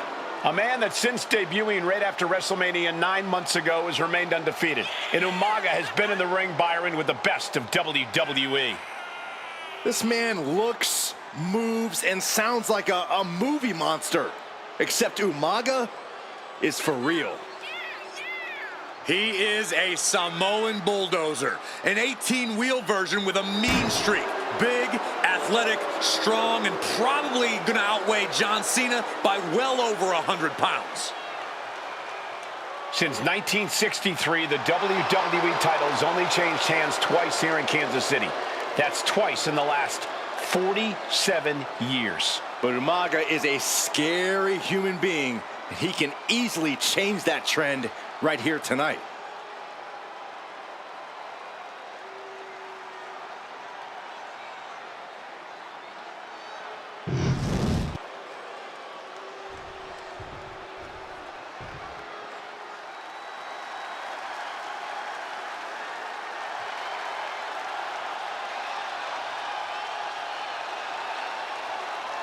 A phenomenal ovation in this arena because the champ is here. John Cena has a gigantic challenge awaiting him in the ring, but Cena doesn't have a reverse gear. Absolutely not. The champ only goes one way, and that's straight at you.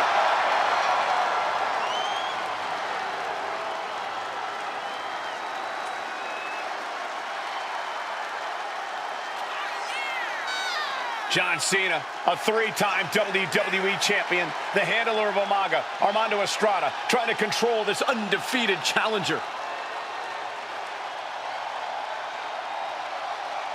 Once the bell rings, these two are going to go at each other full force.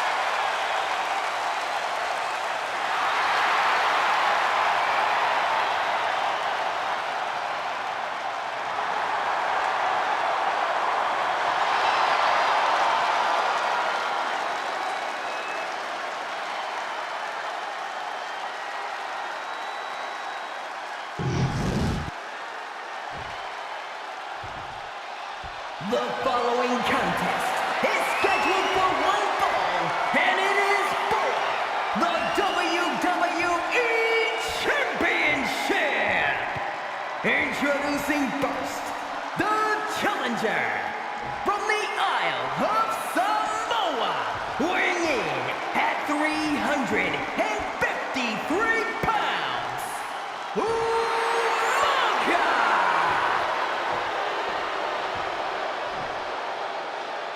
And from West Newbury, Massachusetts, weighing in at 248 pounds, he is the WWE Champion, John Cena!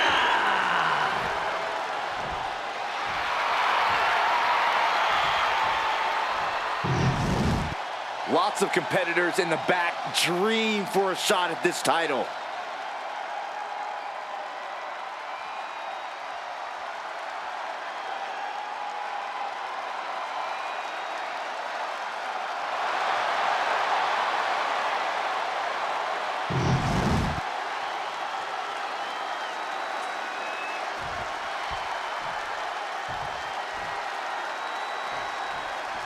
John Cena and Umaga battling here for the WWE Championship. Will John Cena halt the Samoan Bulldozer's path to destruction? Cena's going to have to go all out to accomplish that. No one has been able to withstand Umaga thus far. This brutal Samoan has made a mockery of his challengers and is perhaps the ultimate super heavyweight threat. As Cena could be in for the greatest. And what he's looking for here looks like a potential submission maneuver coming. Targeting this. Escape and a takedown. Umaga with a reversal. Cena. Bear hug, squeeze it. The bear hug cinched in. Gotta find a way out and catch your breath. Look at this, no quit whatsoever. Raining down elbows and escaping the bear hug. Man. Stamina is going to be a key factor in this match tonight. Can Cena weather Umaga's vicious attacks? Can Umaga...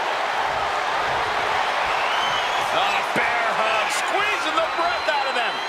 Can John Cena fight? Furiously trying to fight his way out of the bear hug. Can he do it? Yes. Oh boy, here we go. We've seen it once, we've seen it 1,000 times. It always works.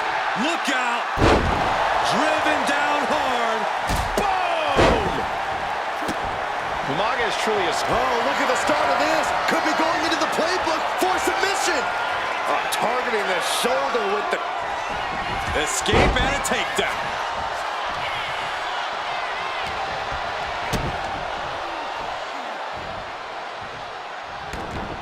Into the pin. Title on the line. Covered. We're going to shut this down. For the title. New champ. He's got something else in mind, I guess. He turns it around on Umaga. Leading heel kick. It's those kind of maneuvers that can threaten the championship tonight.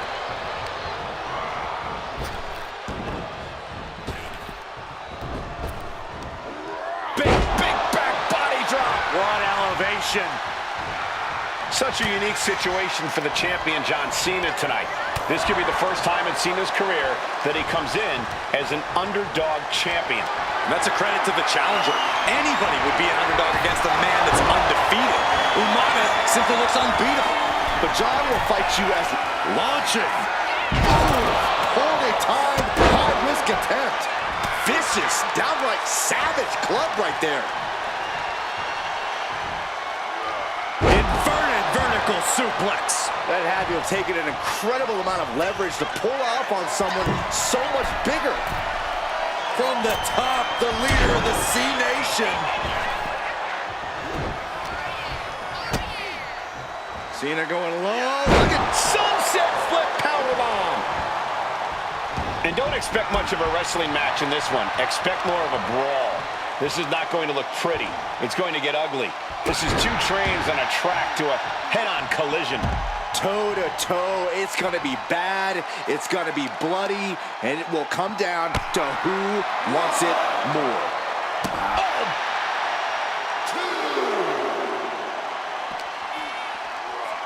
Oh, man, right into the steel steps. Gets out of dodge. Right across the larynx. Umaga proving to be a relentless super heavyweight, determined on becoming the WWE champion tonight. Here it comes! Oh, the Samoan spike! We might see a new champion crowned. Driven into the barricade.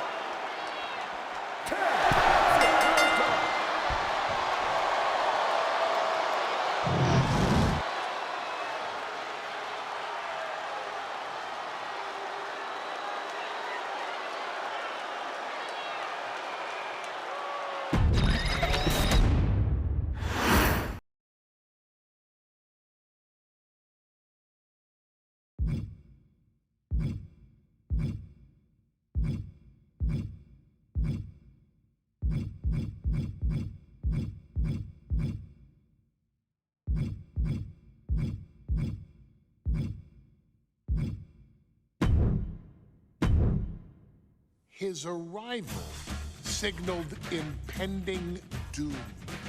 His very presence was enough to intimidate even the bravest WWE competitor. His name itself simply meant the end. And if you found yourself standing across the ring from Umaga, you were most certainly coming to the end of your own road. The younger brother of Rikishi, Umaga, was every bit the Samoan bulldozer that his nickname would suggest, mauling opponents with ease, relishing the chaos that he created. A menace to the entire roster, an unrepentant badass, Umaga tortured his prey with high-impact collisions before ultimately sealing their fate with his vaunted Samoan spike, a vicious move used today by Solo Sikoa. Inside the ring, man, he was just a complete monster. Anybody that stood in front of him, he was gonna wreck him no matter what he had to do. He was just a crazy, wild Samoan. Outside of the ring, man, just a loving guy to be around. A fun uncle, always joking, always barbecuing at his house. I always looked up to him. He was just so cool. Perhaps an unheralded aspect of Umaga's game was his mastery of mental warfare. Umaga loved to present a wild, out-of-control savage, one who needed manager Armando Alejandro Estrada to handle all the details while he destroyed opponents. Umaga was the perfect definition of the word aura. A two-time intercontinental heavyweight champion, Umaga established himself as one of the purest forms of dominance to ever set foot in a WWE ring.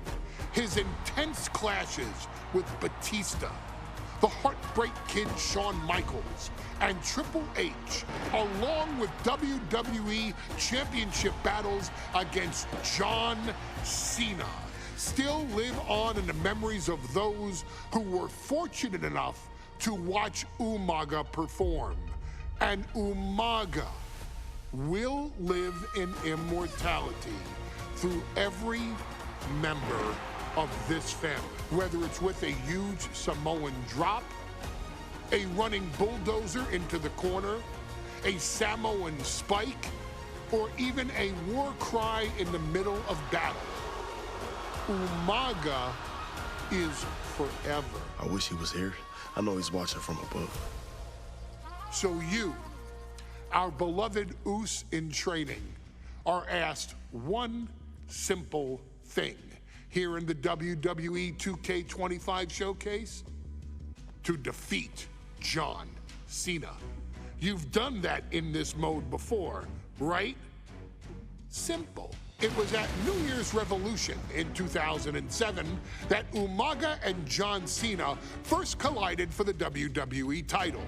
Umaga appeared to be too much for Cena in the minds of many pundits. Undefeated in WWE some 9 months after his debut, and things were going very well for Umaga. Until they weren't. Umaga would see his undefeated streak end by, of all things, a damn roll-up after rushing directly into the outstretched shoes of John Cena. 1 second of luck allowed John Cena to escape the inevitable, and now it's on you to fix it. Head into that ring, showcase Umaga's cruel brutality, and get Umaga the WWE Heavyweight Championship victory that he should have gotten in the first place. I assure you, my dear friend, Armando Alejandro Estrada will make sure nothing else goes wrong if you take care of business inside the ring.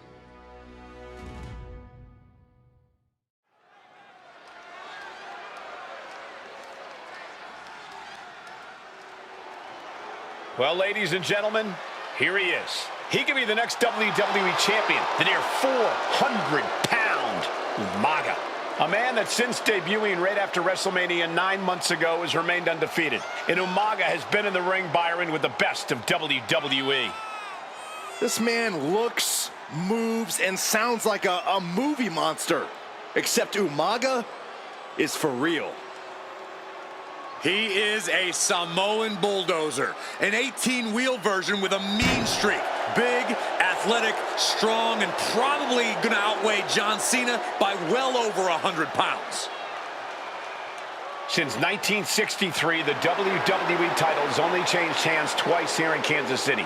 That's twice in the last 47 years. But Umaga is a scary human being, and he can easily change that trend right here tonight.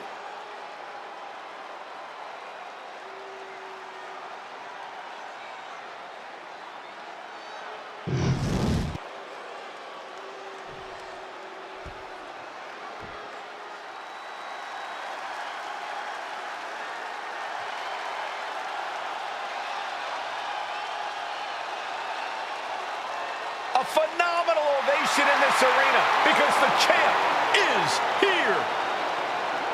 John Cena has a gigantic challenge awaiting him in the ring, but Cena doesn't have a reverse gear. Absolutely not. The champ only goes one way, and that's straight at you.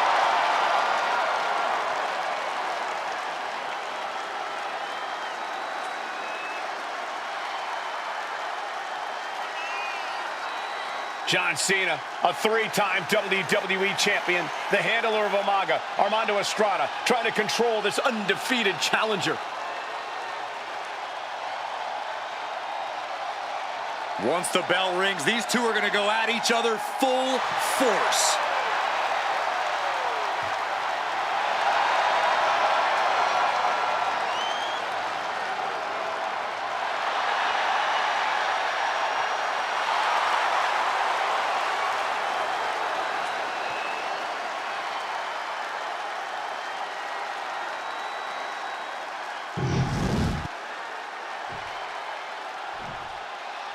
The following contest is scheduled for one fall, and it is for the WWE Championship. Introducing first, the challenger from the Isle of Samoa, weighing in at 353 pounds, Umaga.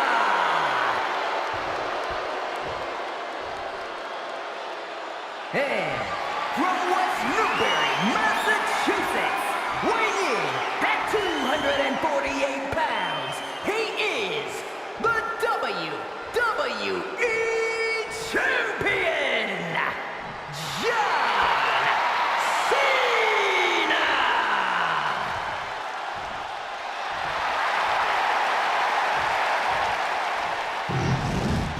You win this title, you are primed for big things.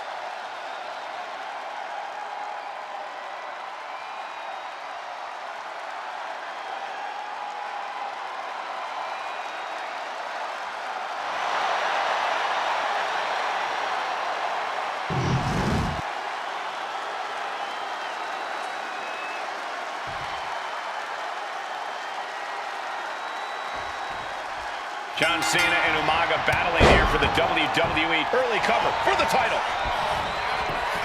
Easily kicks out of that one. Yeah, it's going to take more than that. Oh, my! Umaga is truly a specimen to marvel at, Corey, and his handler, Alejandro Estrada, knows he has a thoroughbred on his hands. There's a difference between thoroughbreds and Umaga, though, Cole. Thoroughbreds can be tamed. Umaga cannot. Estrada can only serve as a mouthpiece for Umaga. He can only help direct Umaga's blind brutality. I think even Estrada knows no one can control the Samoan bulldozer.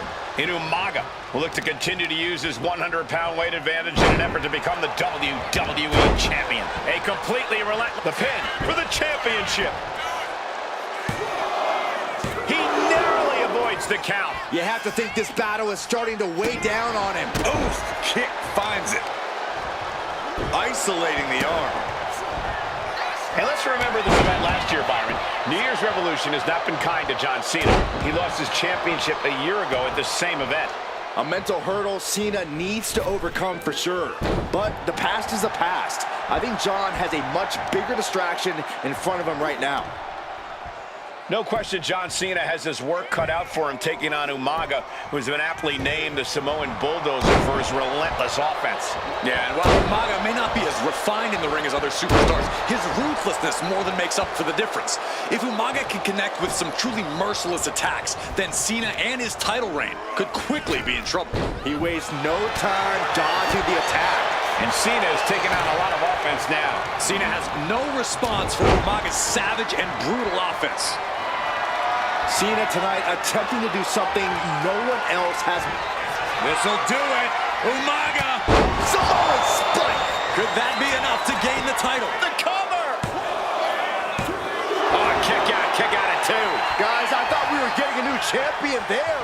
Well, we might see a new champ here tonight. Don't put the cart before the horse. The champ kicked out and has no intentions on losing that title anytime soon. And I think we all know this is only going to make a monster like Umaga even angrier. Ooh, what a headbutt. Momentum fully shifted to Umaga. Umaga is determined right now.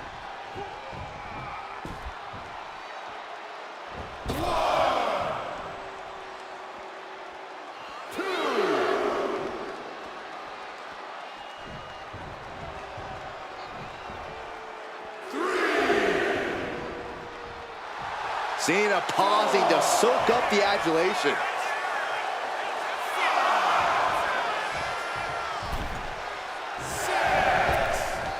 Winning heel kick. Such a unique situation for the champion John Cena tonight. This could be the first time in Cena's career that he comes in as an nice scoop roll up for the win. And an effective pin. I can't believe the ref didn't even get to 1.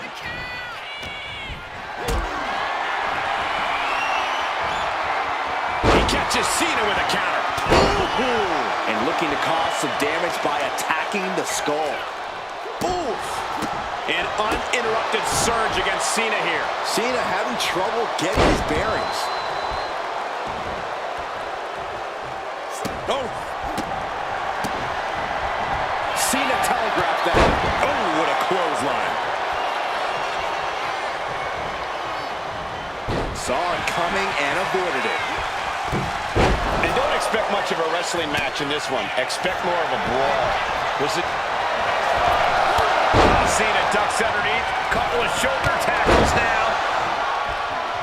Cena, the powerhouse, gonna finish things up with a slam. Oh!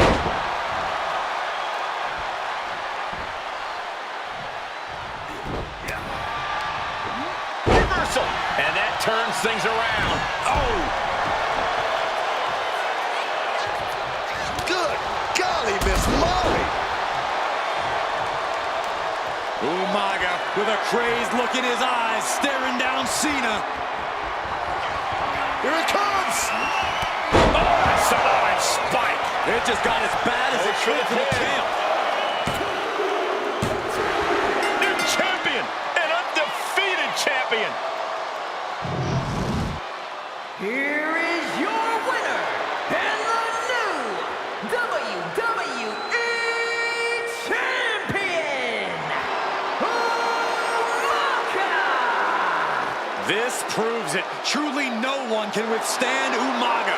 The Samoan Bulldozer has wrecked his way straight to the WWE Championship. Cena's title reign is over.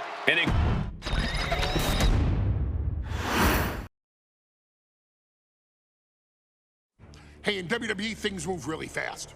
If you aren't present in the moment, it can feel like a year goes by in only 2 or 3 minutes. That's why you always have to make time to make sure that you check. Hold on. Did I just hear myself say 3 minutes? Stop. Can you believe I'm actually doing Eric Bischoff's shtick? In the early 2000s, few words sent a shudder through the roster like the words 3 minutes, summoning the fearsome duo of Rosie and Jamal, collectively known as the 3-minute warning. initially hired by the aforementioned Raw General Manager Eric Bischoff to interrupt anything he didn't find to be entertaining. You're just not entertaining me. 3 minutes are just about up. The two instantly made their mark in WWE with their complete and total decimation of anyone that was targeted. Their formula was really simple. Two bruisers with surprising quickness who took pleasure in throwing opponents all around the ring with reckless abandon. And the trail of bodies left in their wake remains a testament to their devastation. Rosie, older brother of your tribal chief, Roman Reigns, and Jamal, who would in time develop his skills further and take the name of Umaga, were about instant gratification. They treated matches like a race, seeing how much damage they could fit into the shortest time possible. The 3-minute warning with my brother and my cousin, it was just one of the coolest gimmicks of all time to me. It was catchy, you know what I mean? Like, you kind of knew what was happening. And I feel like we all remember when the 3-minute warning hit for the first time. You know, the whole Den TV area just lit up. Every match was a train wreck, as the two would use their size to overwhelm most opponents, coupling that with incredible tag team maneuvers to increase the carnage to its maximum levels. That approach, maximizing damage while minimizing time, was a 3-minute warning signature. The team itself saw its run in WWE last for a little over a year, but in that time managed to make such an impression with the WWE Universe that it still resonates today. They are proof of the impact anyone can make if they capitalize on their opportunities, as 3-minute warning did every single time. It was a short-lived gimmick, but it was a really cool gimmick, and I just think it shows the versatility of, hey, if you need us to go out there and tell you a Broadway story, I'll cover 2 hours if you like. But if you need us to come out in 3 minutes to make an impact, we can do that too. But you gotta be really good to be thrown in there with the very, very best in the industry. I'm getting all pumped and proud, you know, for my brother and my cousin right now, just thinking about it. Here in the WWE 2K25 showcase, we have selected another team that embodies the same mindset in Akam and Razor, the AOP. Similar to Jamal and Rosie, these two look to inflict the most pain in the most efficient manner. Like 3-minute warning, AOP happily dispatches when summoned. Like 3-minute warning, AOP features two Goliaths who will hurl your body from pillar to post before finally bringing it all to a most painful conclusion. It's up to you in this Extreme Rules contest to beat the AOP to the punch and showcase the Wrecking Crew approach that made 3-minute warning the premier bruiser squad in all of WWE. And don't worry, we will give you more than 3 minutes to make that fact perfectly clear. As a matter of fact, take your time and enjoy dishing out the punishment.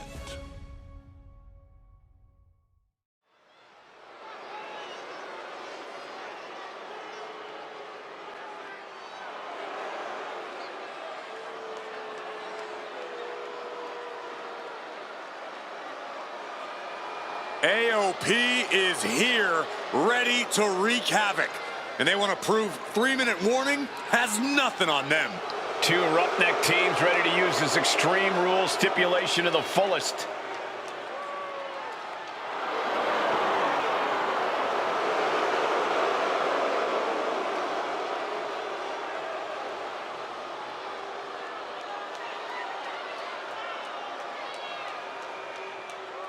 The following contest is a tag team Extreme Rules match, and accompanied by Paul Eller ring at a combined weight of 620 pounds, Akon and Razor, the authors of pain.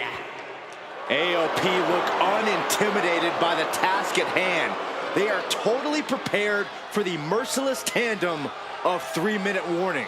You know, there's actually a lot in common between these two teams in terms of tactics and physicality.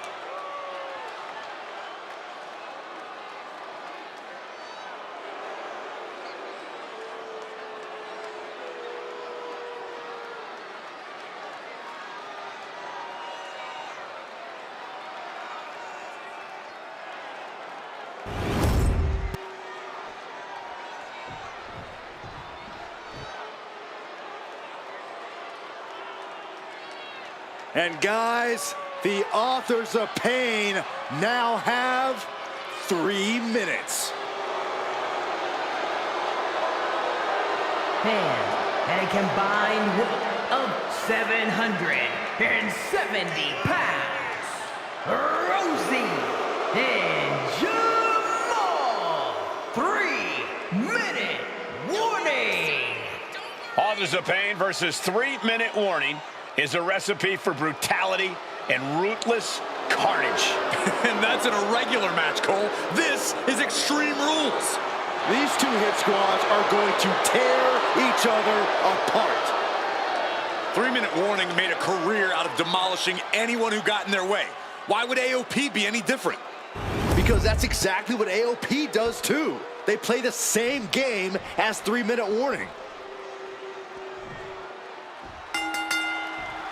Here we go with AOP and 3-minute warning going head-to-head. This is an Extreme Rules match, and it's a good thing it is, because neither one of these teams likes to play by the rules or limit their aggressive tendencies.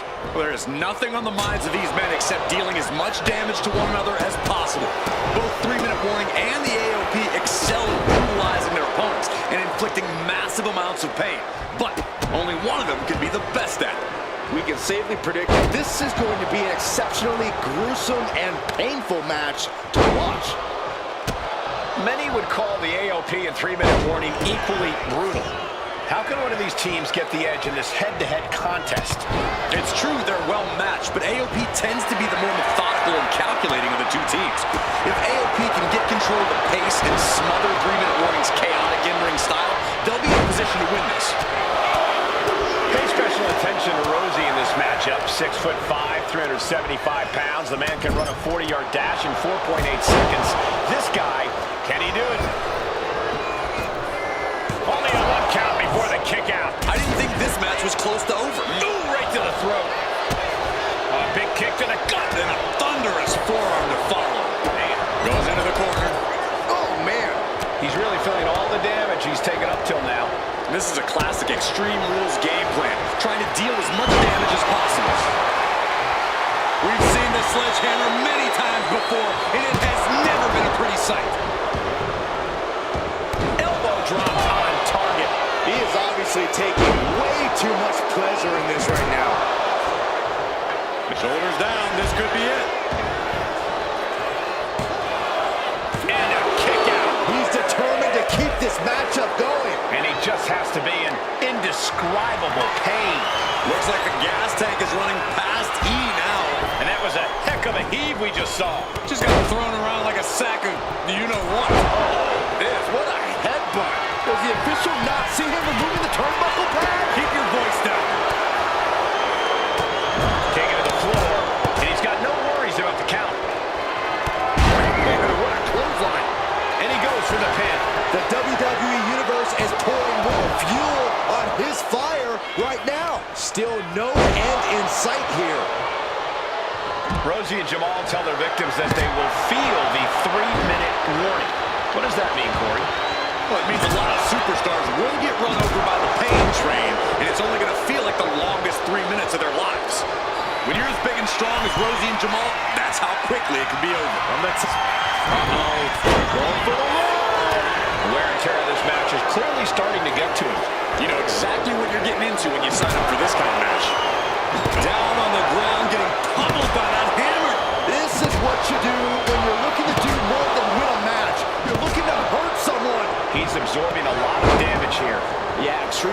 matches eventually take their toll on everyone. Saw what was coming and got it. Go for the run. That's it. 3-minute warning are done. Better hold up on the victory parade. And he retaliates. We knew this would be a grueling and punishing match, but AOP and 3-minute warning are exceeding all expectations. Oh, this could do it for the win. Kick out just before 2. Shows that this is still anybody's match at this point. Man, what a clothesline.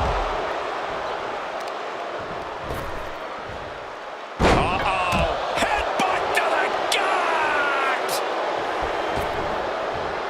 Big splash.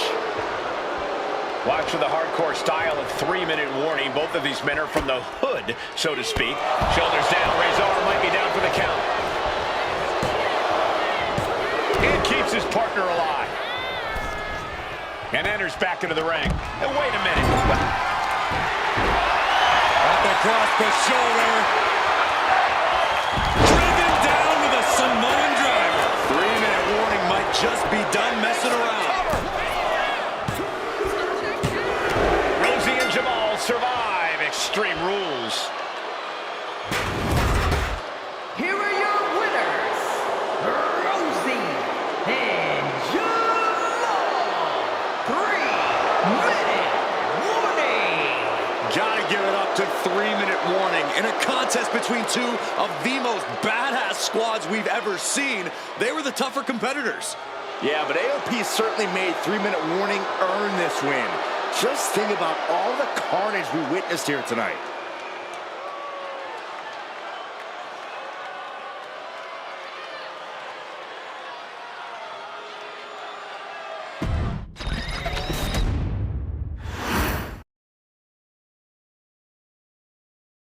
We've come to the part of the showcase where we get to talk about Tamina. Ever since walking in WWE, shoulder to shoulder with the Usos, Tamina's alliance with this dynasty has never been in question. I remember watching Monday Night Raw and I seen Tamina debut with my brothers. It was a pretty cool, dynamic, right? Two of my brothers and Tamina. Together, Tamina and the Usos helped each other navigate through a trial-filled first year in WWE, making sure they all survived together. In later years, Tamina has formed alliances with both Naomi and Nia Jax, honoring this family's connection. While Tamina has looked to create her own name in the industry, she has never missed a chance to acknowledge her place in this family either. Trained by Afa and Sika, the wild Samoans, Tamina was instilled with the same instincts that have carried each member of this family to wrestling glory. Her in-ring approach is similar to many in the Bloodline. Quick striking, high-impact attacks, and smothering holds. As capable with a super kick or a big splash as anyone else, Tamina has maintained a remarkable level of success in her WWE career. A constant contender, Tamina has competed for the Women's Championship on many occasions. She's also held the Women's Tag Team Championships along with 9 separate reigns as the 24/7 champion. Tamina has proven capable in any environment against any opponent. Tamina is always the perfect test for a rising contender. Defeating Tamina proves that you're at the top of your game, and she will always expose those who aren't quite ready yet. Taking her lightly is the easiest way to book your visit to the local medical facility. Tamina has taken part in many memorable moments, but in the 2K25 showcase, we're going to give you the chance to make history. in the first ever women's Money in the Bank match, Carmella, of all people, would walk out victorious after letting someone else do all the work. Tamina, Becky Lynch, Natalya, and Charlotte Flair were all robbed of a great opportunity that night by Carmella. So this is your chance to make it right. Showcase Tamina's grit and take out the other 4 ladies in this ladder match to become the first ever winner of the women's Money in the Bank. Carmella might still sneak out with the win, but if she does, she's doing it on her own because we're not allowing anyone else at ringside for this match in our showcase.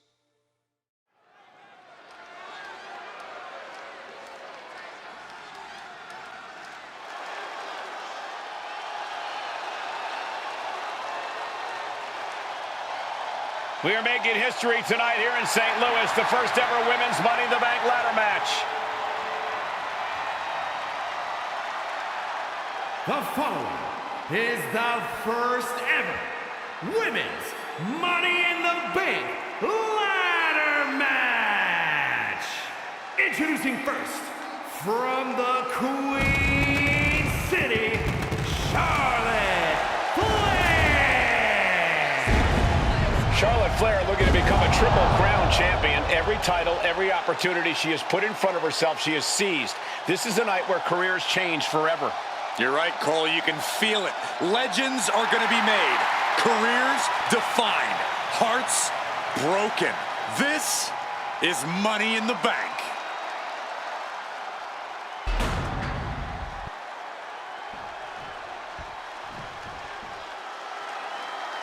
And Byron, Becky Lynch with a very astute point. I rip off arms. You can't exactly climb a ladder with no arms.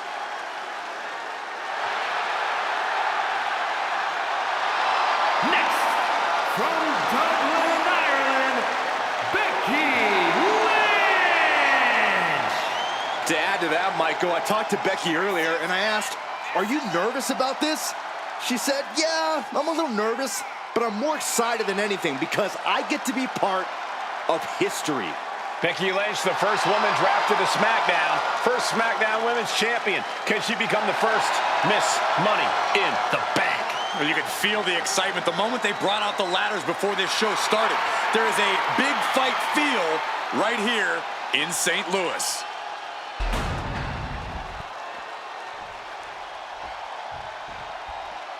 There's a big fight coming. Tamina, perhaps the most dominant superstar in this match. And I guarantee she is not fazed by taking on 4 different opponents in a ladder match. From the Pacific Islands, Tamina. This is a milestone moment that is being watched all over the world. And Tamina is hoping to live up to her family's legacy. She wants that briefcase. She wants that title. It's in her blood.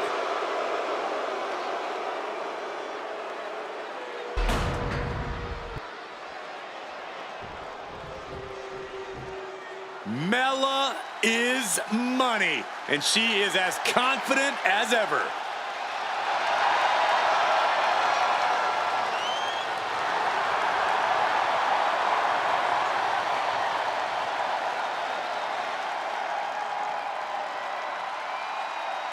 Making her way to the ring, from Staten Island, Carmella! Byron, Carmella's made a couple of good points recently, saying, "I was the last woman drafted in the WWE draft last summer." How big of a chip is on her shoulder? Oh, she's got a huge chip on her shoulder. And also, don't forget, Carmella has had some major victories lately, so she has all the fuel you could need heading into a match of this type.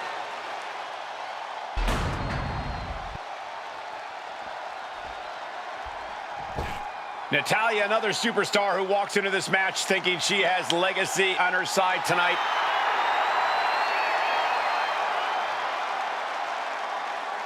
And from Calgary, Alberta, Canada, Every last woman in this match has chased this opportunity so fiercely. They have chased the championship, perhaps none more so than Natalya.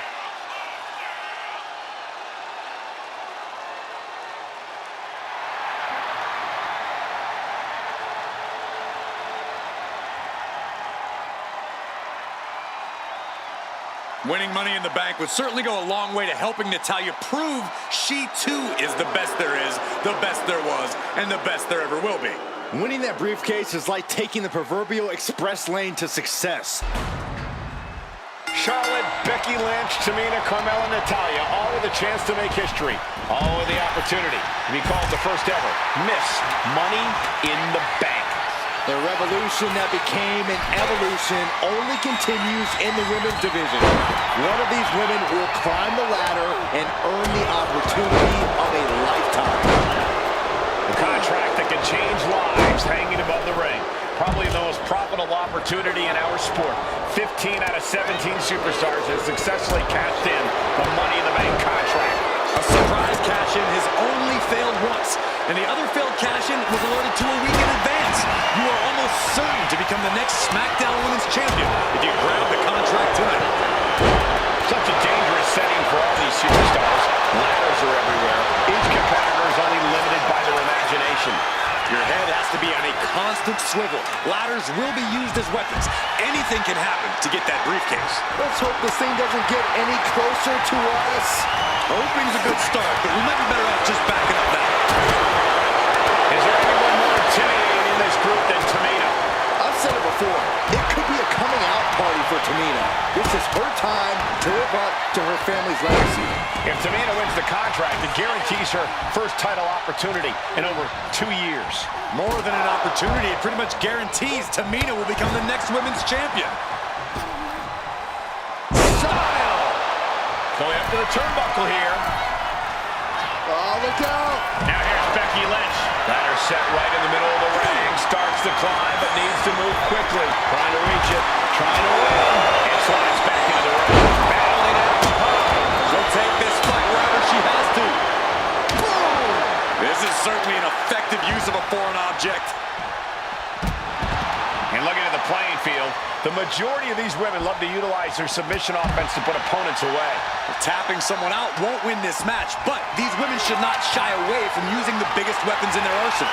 We've heard Becky say she was going to rip arms off tonight. You can't exactly climb a ladder with no arms. Victory is literally within her reach here. Carmella has her hands on it.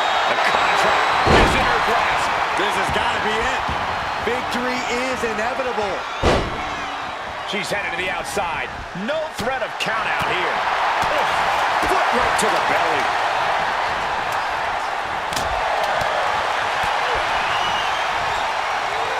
Boom. Down they go. What a move. And Tamina's confidence must be low after that attack. Oh, setting them up. Gonna hoist them up high. All the way up and all the way down. Fall away slam. A nice kick up. No safe haven in this match. These ladders could be your best friend or your worst enemy. There's no allies in this match. It's everyone for herself. There's no room for friends when history is being made. And I think you can go down in the record books as the first Miss Money in the Bank. Caught that and reversed it. Oh, nasty headbutt. And Charlotte is put in check there. Yeah, Cole, taking this much damage now seriously impacts your speed up the ladder. Just tossing that kendo stick with total disregard. She's getting that ladder exactly where she wants it. A crucial step. Oh, my Lord! Carmella might need to start leaning on her in-ring IQ after an attack like that. Off the ladder now. Let's see if this is right for the picking. At the top, something major's about to go down. She's been slowed down yet again. If this keeps up, climbing that ladder is going to be very difficult.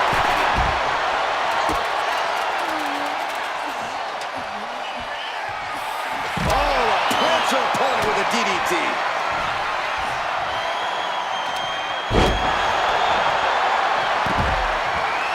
And Carmella with a takedown, looking for a... Climbing up, but is there enough time to go for the win?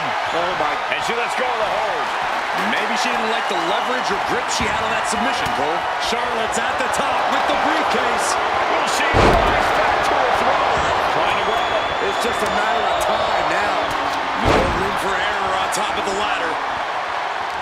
Money in the Bank briefcase still hanging high.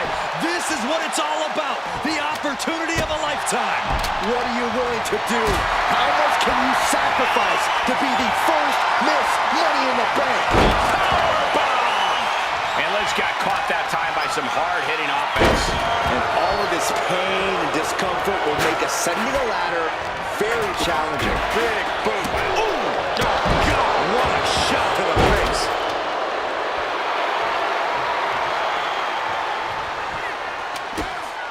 Oh, didn't see that one coming. Meanwhile, we see Charlotte.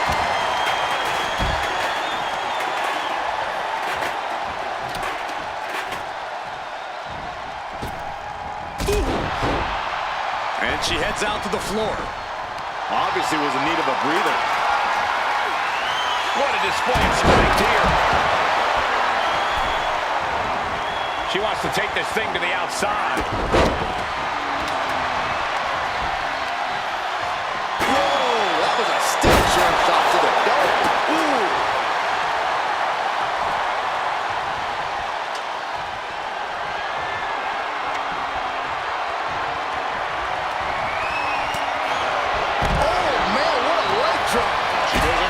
Back inside. And Flair gets that turn back on her. Counter from Tamina.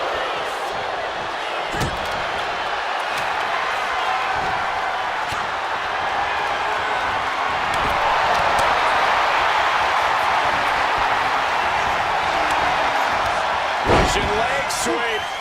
Not done there.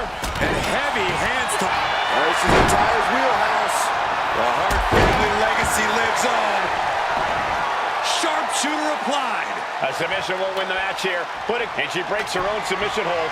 We don't see that often. That can either psych out her opponent or come back to bite. Oh, what a leg drop. And Natalya still able to get on the attack.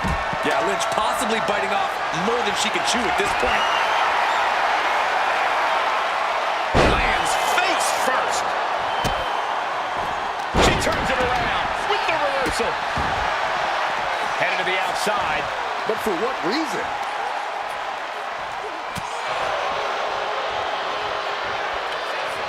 Big clothesline. And Becky once again facing her competition's wrath. Charlotte must be thinking about ending things sooner rather than later. He's got it in her hands. Can she end it here? I assure you, this is even harder than it looks. Trying not to fumble around too much here. Ladders in position. Gonna make the climb. Really trying to do everything she can to get back in this. Climbing up. But is there enough time to go for the win? This is the chance. Could be the only one. The whole match is literally in the palm of their hands. She's reaching for it. Maybe this isn't a good position to go for it. That certainly seems to be having trouble up there. Full focus on obtaining the prize. Bam!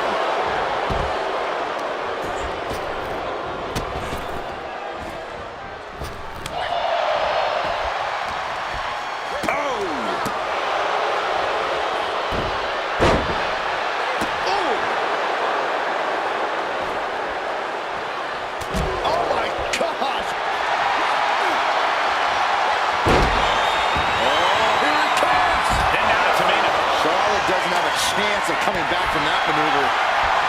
Becky Lynch has got it cinched in. History on the line. Guaranteed championship opportunity. Nothing. Let's go. She just released the hold. Maybe she has something better in mind. Action now spilling to the ringside area in front of us here. Oof.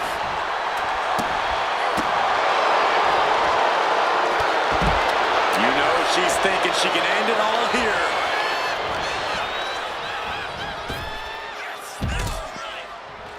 Here we... Uh-oh, what a counter! Center of the ring, carefully setting up the ladder. Ladders in position, gonna make the climb. Reaching for the prize. Nasty chop delivered by Charlotte. Natural selection. And that is gonna put Tamina out of the equation for a long time. Forearm to the face. Oh, nothing fancy about that. She's headed out of the ring. Countouts are not a factor for her.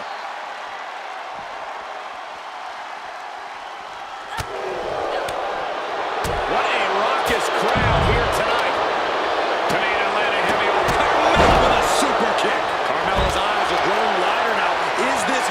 to climb the ladder and become Ms. Money in the Bank? Headed up that ladder. Center of the ring. She's going for it. She certainly is. She can do it. Seems to be struggling a bit up there. Yeah, sweaty palms making this difficult. It's within arm's reach. Just needs to capitalize. Justin, whatever. Carmella has the briefcase. Mella is Miss Money in the Bank. Your winner of the Money in the Bank contract and the first ever Miss Money in the Bank,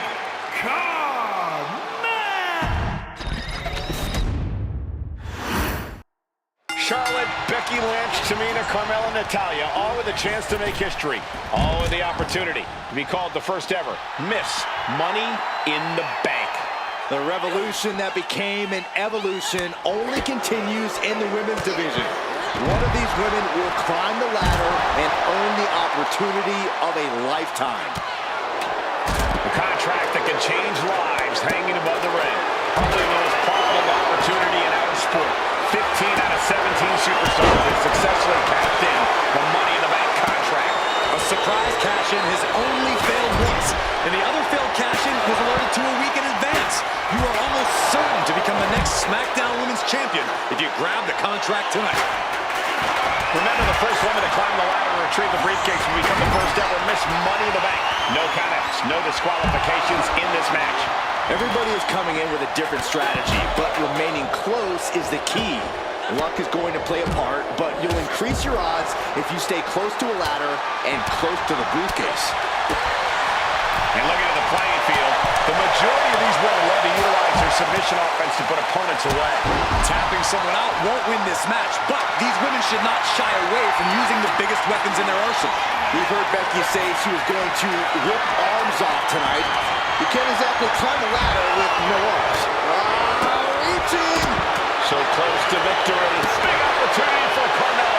Can she pull it down? Just yank it down. Force it. It's so close. If only it was that easy.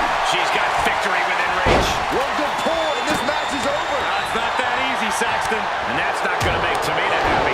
That unfolded just as Charlotte planned, showing she's not just brawn, she's brains too. Is there anyone more intimidating in this group than Tamina? I've said it before, it could be a coming out party for Tamina. This is her time to live up to her family's legacy. If Tamina wins the contract, it guarantees her first title opportunity in over 2 years. More than an opportunity, it pretty much guarantees Tamina will become the next women's champion. Hey, that's my wrong button. Don't worry about that now. Just get out of the way, Saxton. No, you know what? Stay right there, Saxton. Oh, a non-stop assault from Tamina here. This is a more daunting task than Becky bargained for. Big impact off the leg drop. No safe haven in this match. These ladders can be your best friend or your worst enemy. There's no allies in this match. It's everyone for herself. There is no... From way up. From behind. If Becky gets caught by an effective attack there.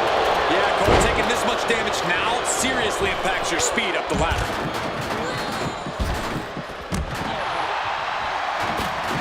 Eat defeat! She's ready to take this match to the outside. Wicked chop block. Illegal in many sports, but that was used effectively in there. And that was an effective attack, guys. Able to make a timely escape. I think she just really felt that one. Destructive offense from Natalya. Good grief! That's a chop that'll wake you up. What impact! Right in the kisser. That was not just painful on the shoulder. That pain can shoot all the way up to the neck and all the way down the arm. This is a smart strategy. And Becky drops the leg.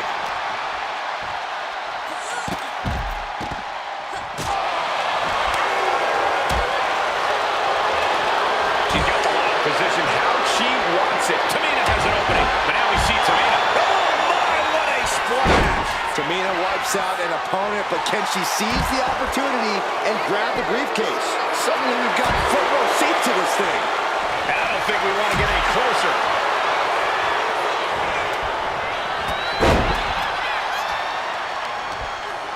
Strong kick.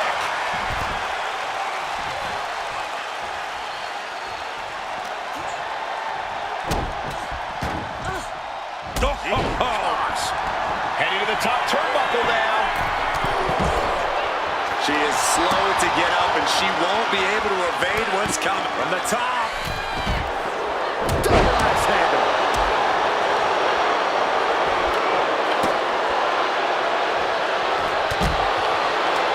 And she's positioning the ladder perfectly in the center of the ring there. Able to save herself there. She wants it one more time. And meanwhile, Tamina, she's stretching, but can she get a break? All eyes are glued high above the ring. Money in the Bank briefcase still hanging high. This is what it's all about. The opportunity of a lifetime. What are you willing to do? How much can you sacrifice to be the first Miss Money in the Bank? Head up that ladder, center of the ring. Gonna try and unhook it now. Victory is literally within reach. She's starting to struggle here. Yeah, but when ladders are part of the match, you really can't expect anything less. Off the ladder now. Let's see if this is right for the picking. Needs to move quick here. This might be her chance. Has to be pumping right now. Needs to focus and pull it together. Working on the hook here. Looks like scaling the ladder was the easy part of the job. Unhooking the prize is the big challenge. Handle slam.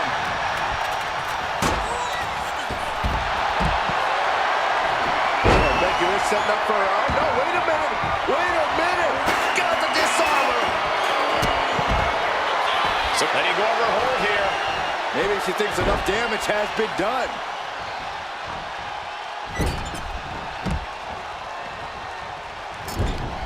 Takedown. Oh, the helicopter spin. This is ridiculous. This is insulting. This is entertaining. Oof. This could be the beginning of the end. Uh-oh. Sharpshooter applied. Submission maneuver is locked in. Just set. Let's go over submission hold. Not sure what she's got planned here.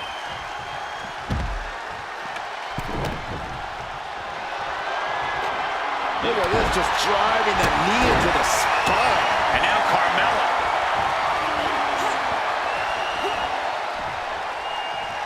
Oh, this is Natalya's wheelhouse. The Hart family legacy lives on. Sharpshooter applied. Using the submission, she's broken up the hold. Boom! Carmella able to defend against that. What a shot. Straight brutality coming right at you. And the fight keeps being brought to Natalya. Yeah, Becky has seemingly had an equal or opposite answer to her competition's offense. Slides under the ropes. Back into the ring. Oh!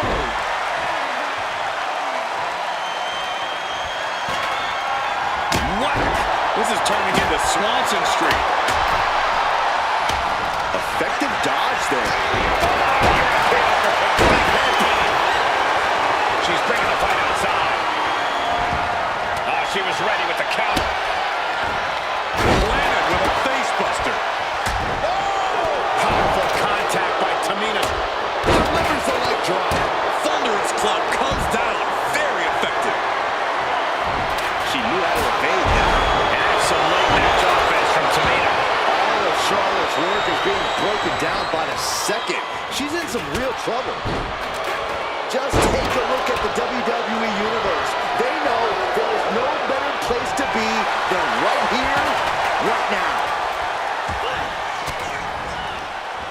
Carmella with a super kick. And that is going to put Tamina out of the equation for a long time.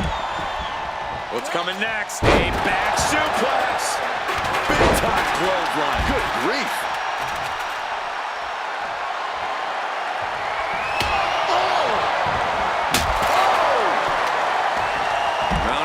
Opponent, look at them go over and over and over again. Oh, and a slap too. Just a continuous rush on Charlotte here. Carmella's just doing what she pleases. Boom, what impact.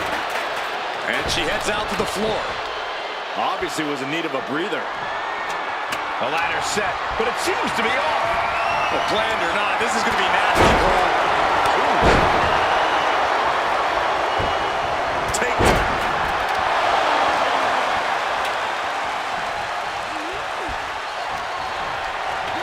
She's tossed right out of the ring.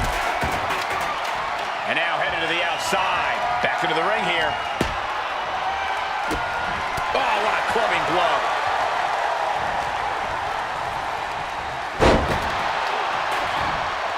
Jumping face buster.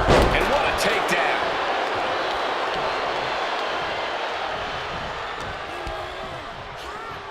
Look at this. Snap suplex.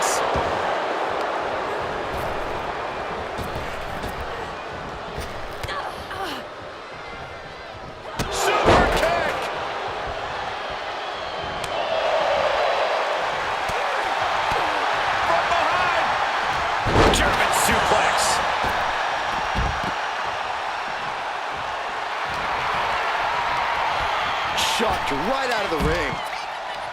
Oh! And Becky now getting in position.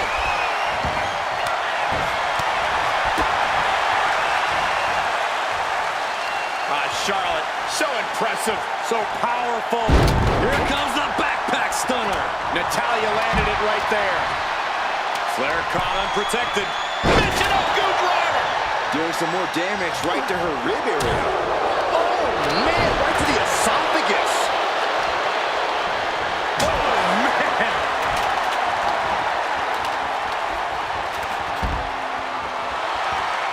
Carmella with a super kick. Natalya's night could have just ended right there. She might not be in any condition to climb a ladder.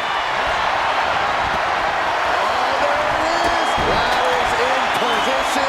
Gonna make the climb. She's trying to slip out. She's tapping, but it doesn't matter at all in this situation. This is crazy. Please. You gotta be kidding me.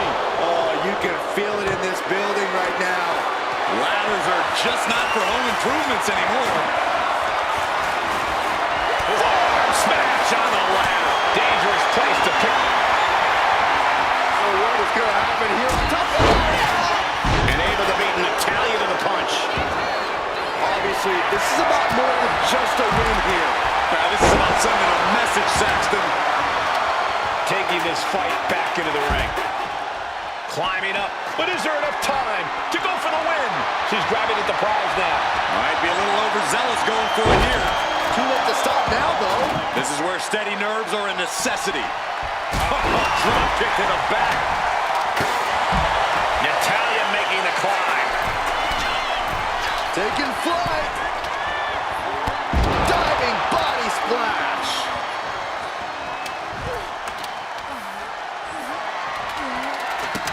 Setting up the ladder. This could be it. Ladder set right in the middle of the ring. Starts to climb, but needs to move quickly. Victory is within reach now. Time is your enemy here. I just don't know if there's enough of it to get it down. Head scissors. Round and round we go. Breathtaking acrobatics on display here. Shot to the chest. And you wonder why her head continues to be the target here. Might not be to everyone's liking, but few things stagger you like getting your face smashed in. Better have the ice bath ready for after this match. Yeah, her ribs really have to be hurting now, guys.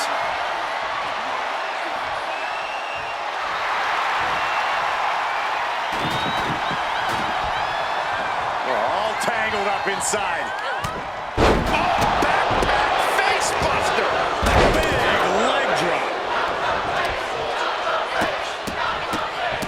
Oh, my goodness. Oh, just nailing the double axe handle.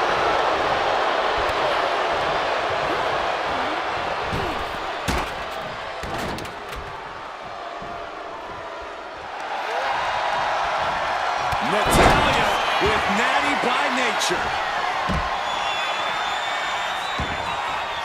And she's out of the ring. Remember, no countouts in this one. Headed up that ladder. Center of the ring. She's in place. Can she end this here? The longer this goes, the more likely we can see a hard crash back to the canvas. Clearing up the announce table. This isn't going to end well. Oh, runs right into the table.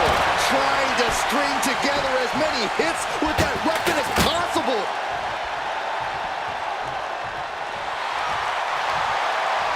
Counter from Tamina. Oh, my goodness.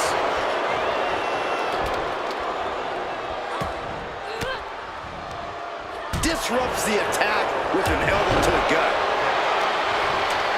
It pulls off the reversal. Quick thinking that time. Now bringing her fury to ringside. Stop after stop after stop.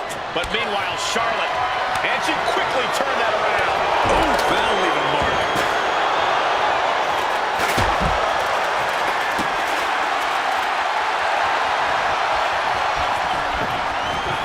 Wicked shot. Natalya sent flying to the outside. Oh, right to the throat. She set the ladder up dead center. Oh, her eyes are on the prize now.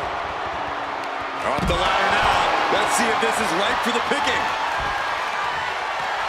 Teetering on top of the ladder here. Oh, my gosh.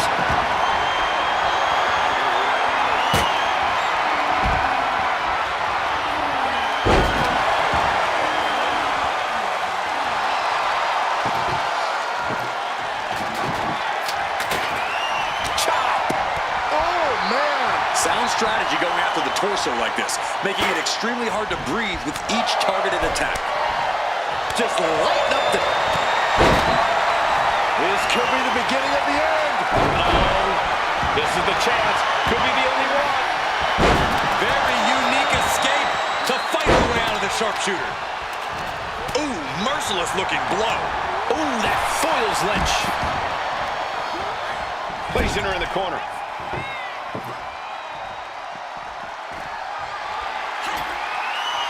It seems like she's looking to take things up a notch or two. Yeah, she's definitely got something big planned with this table. Now looking to do battle right here in front of us. Oh, with the elbow.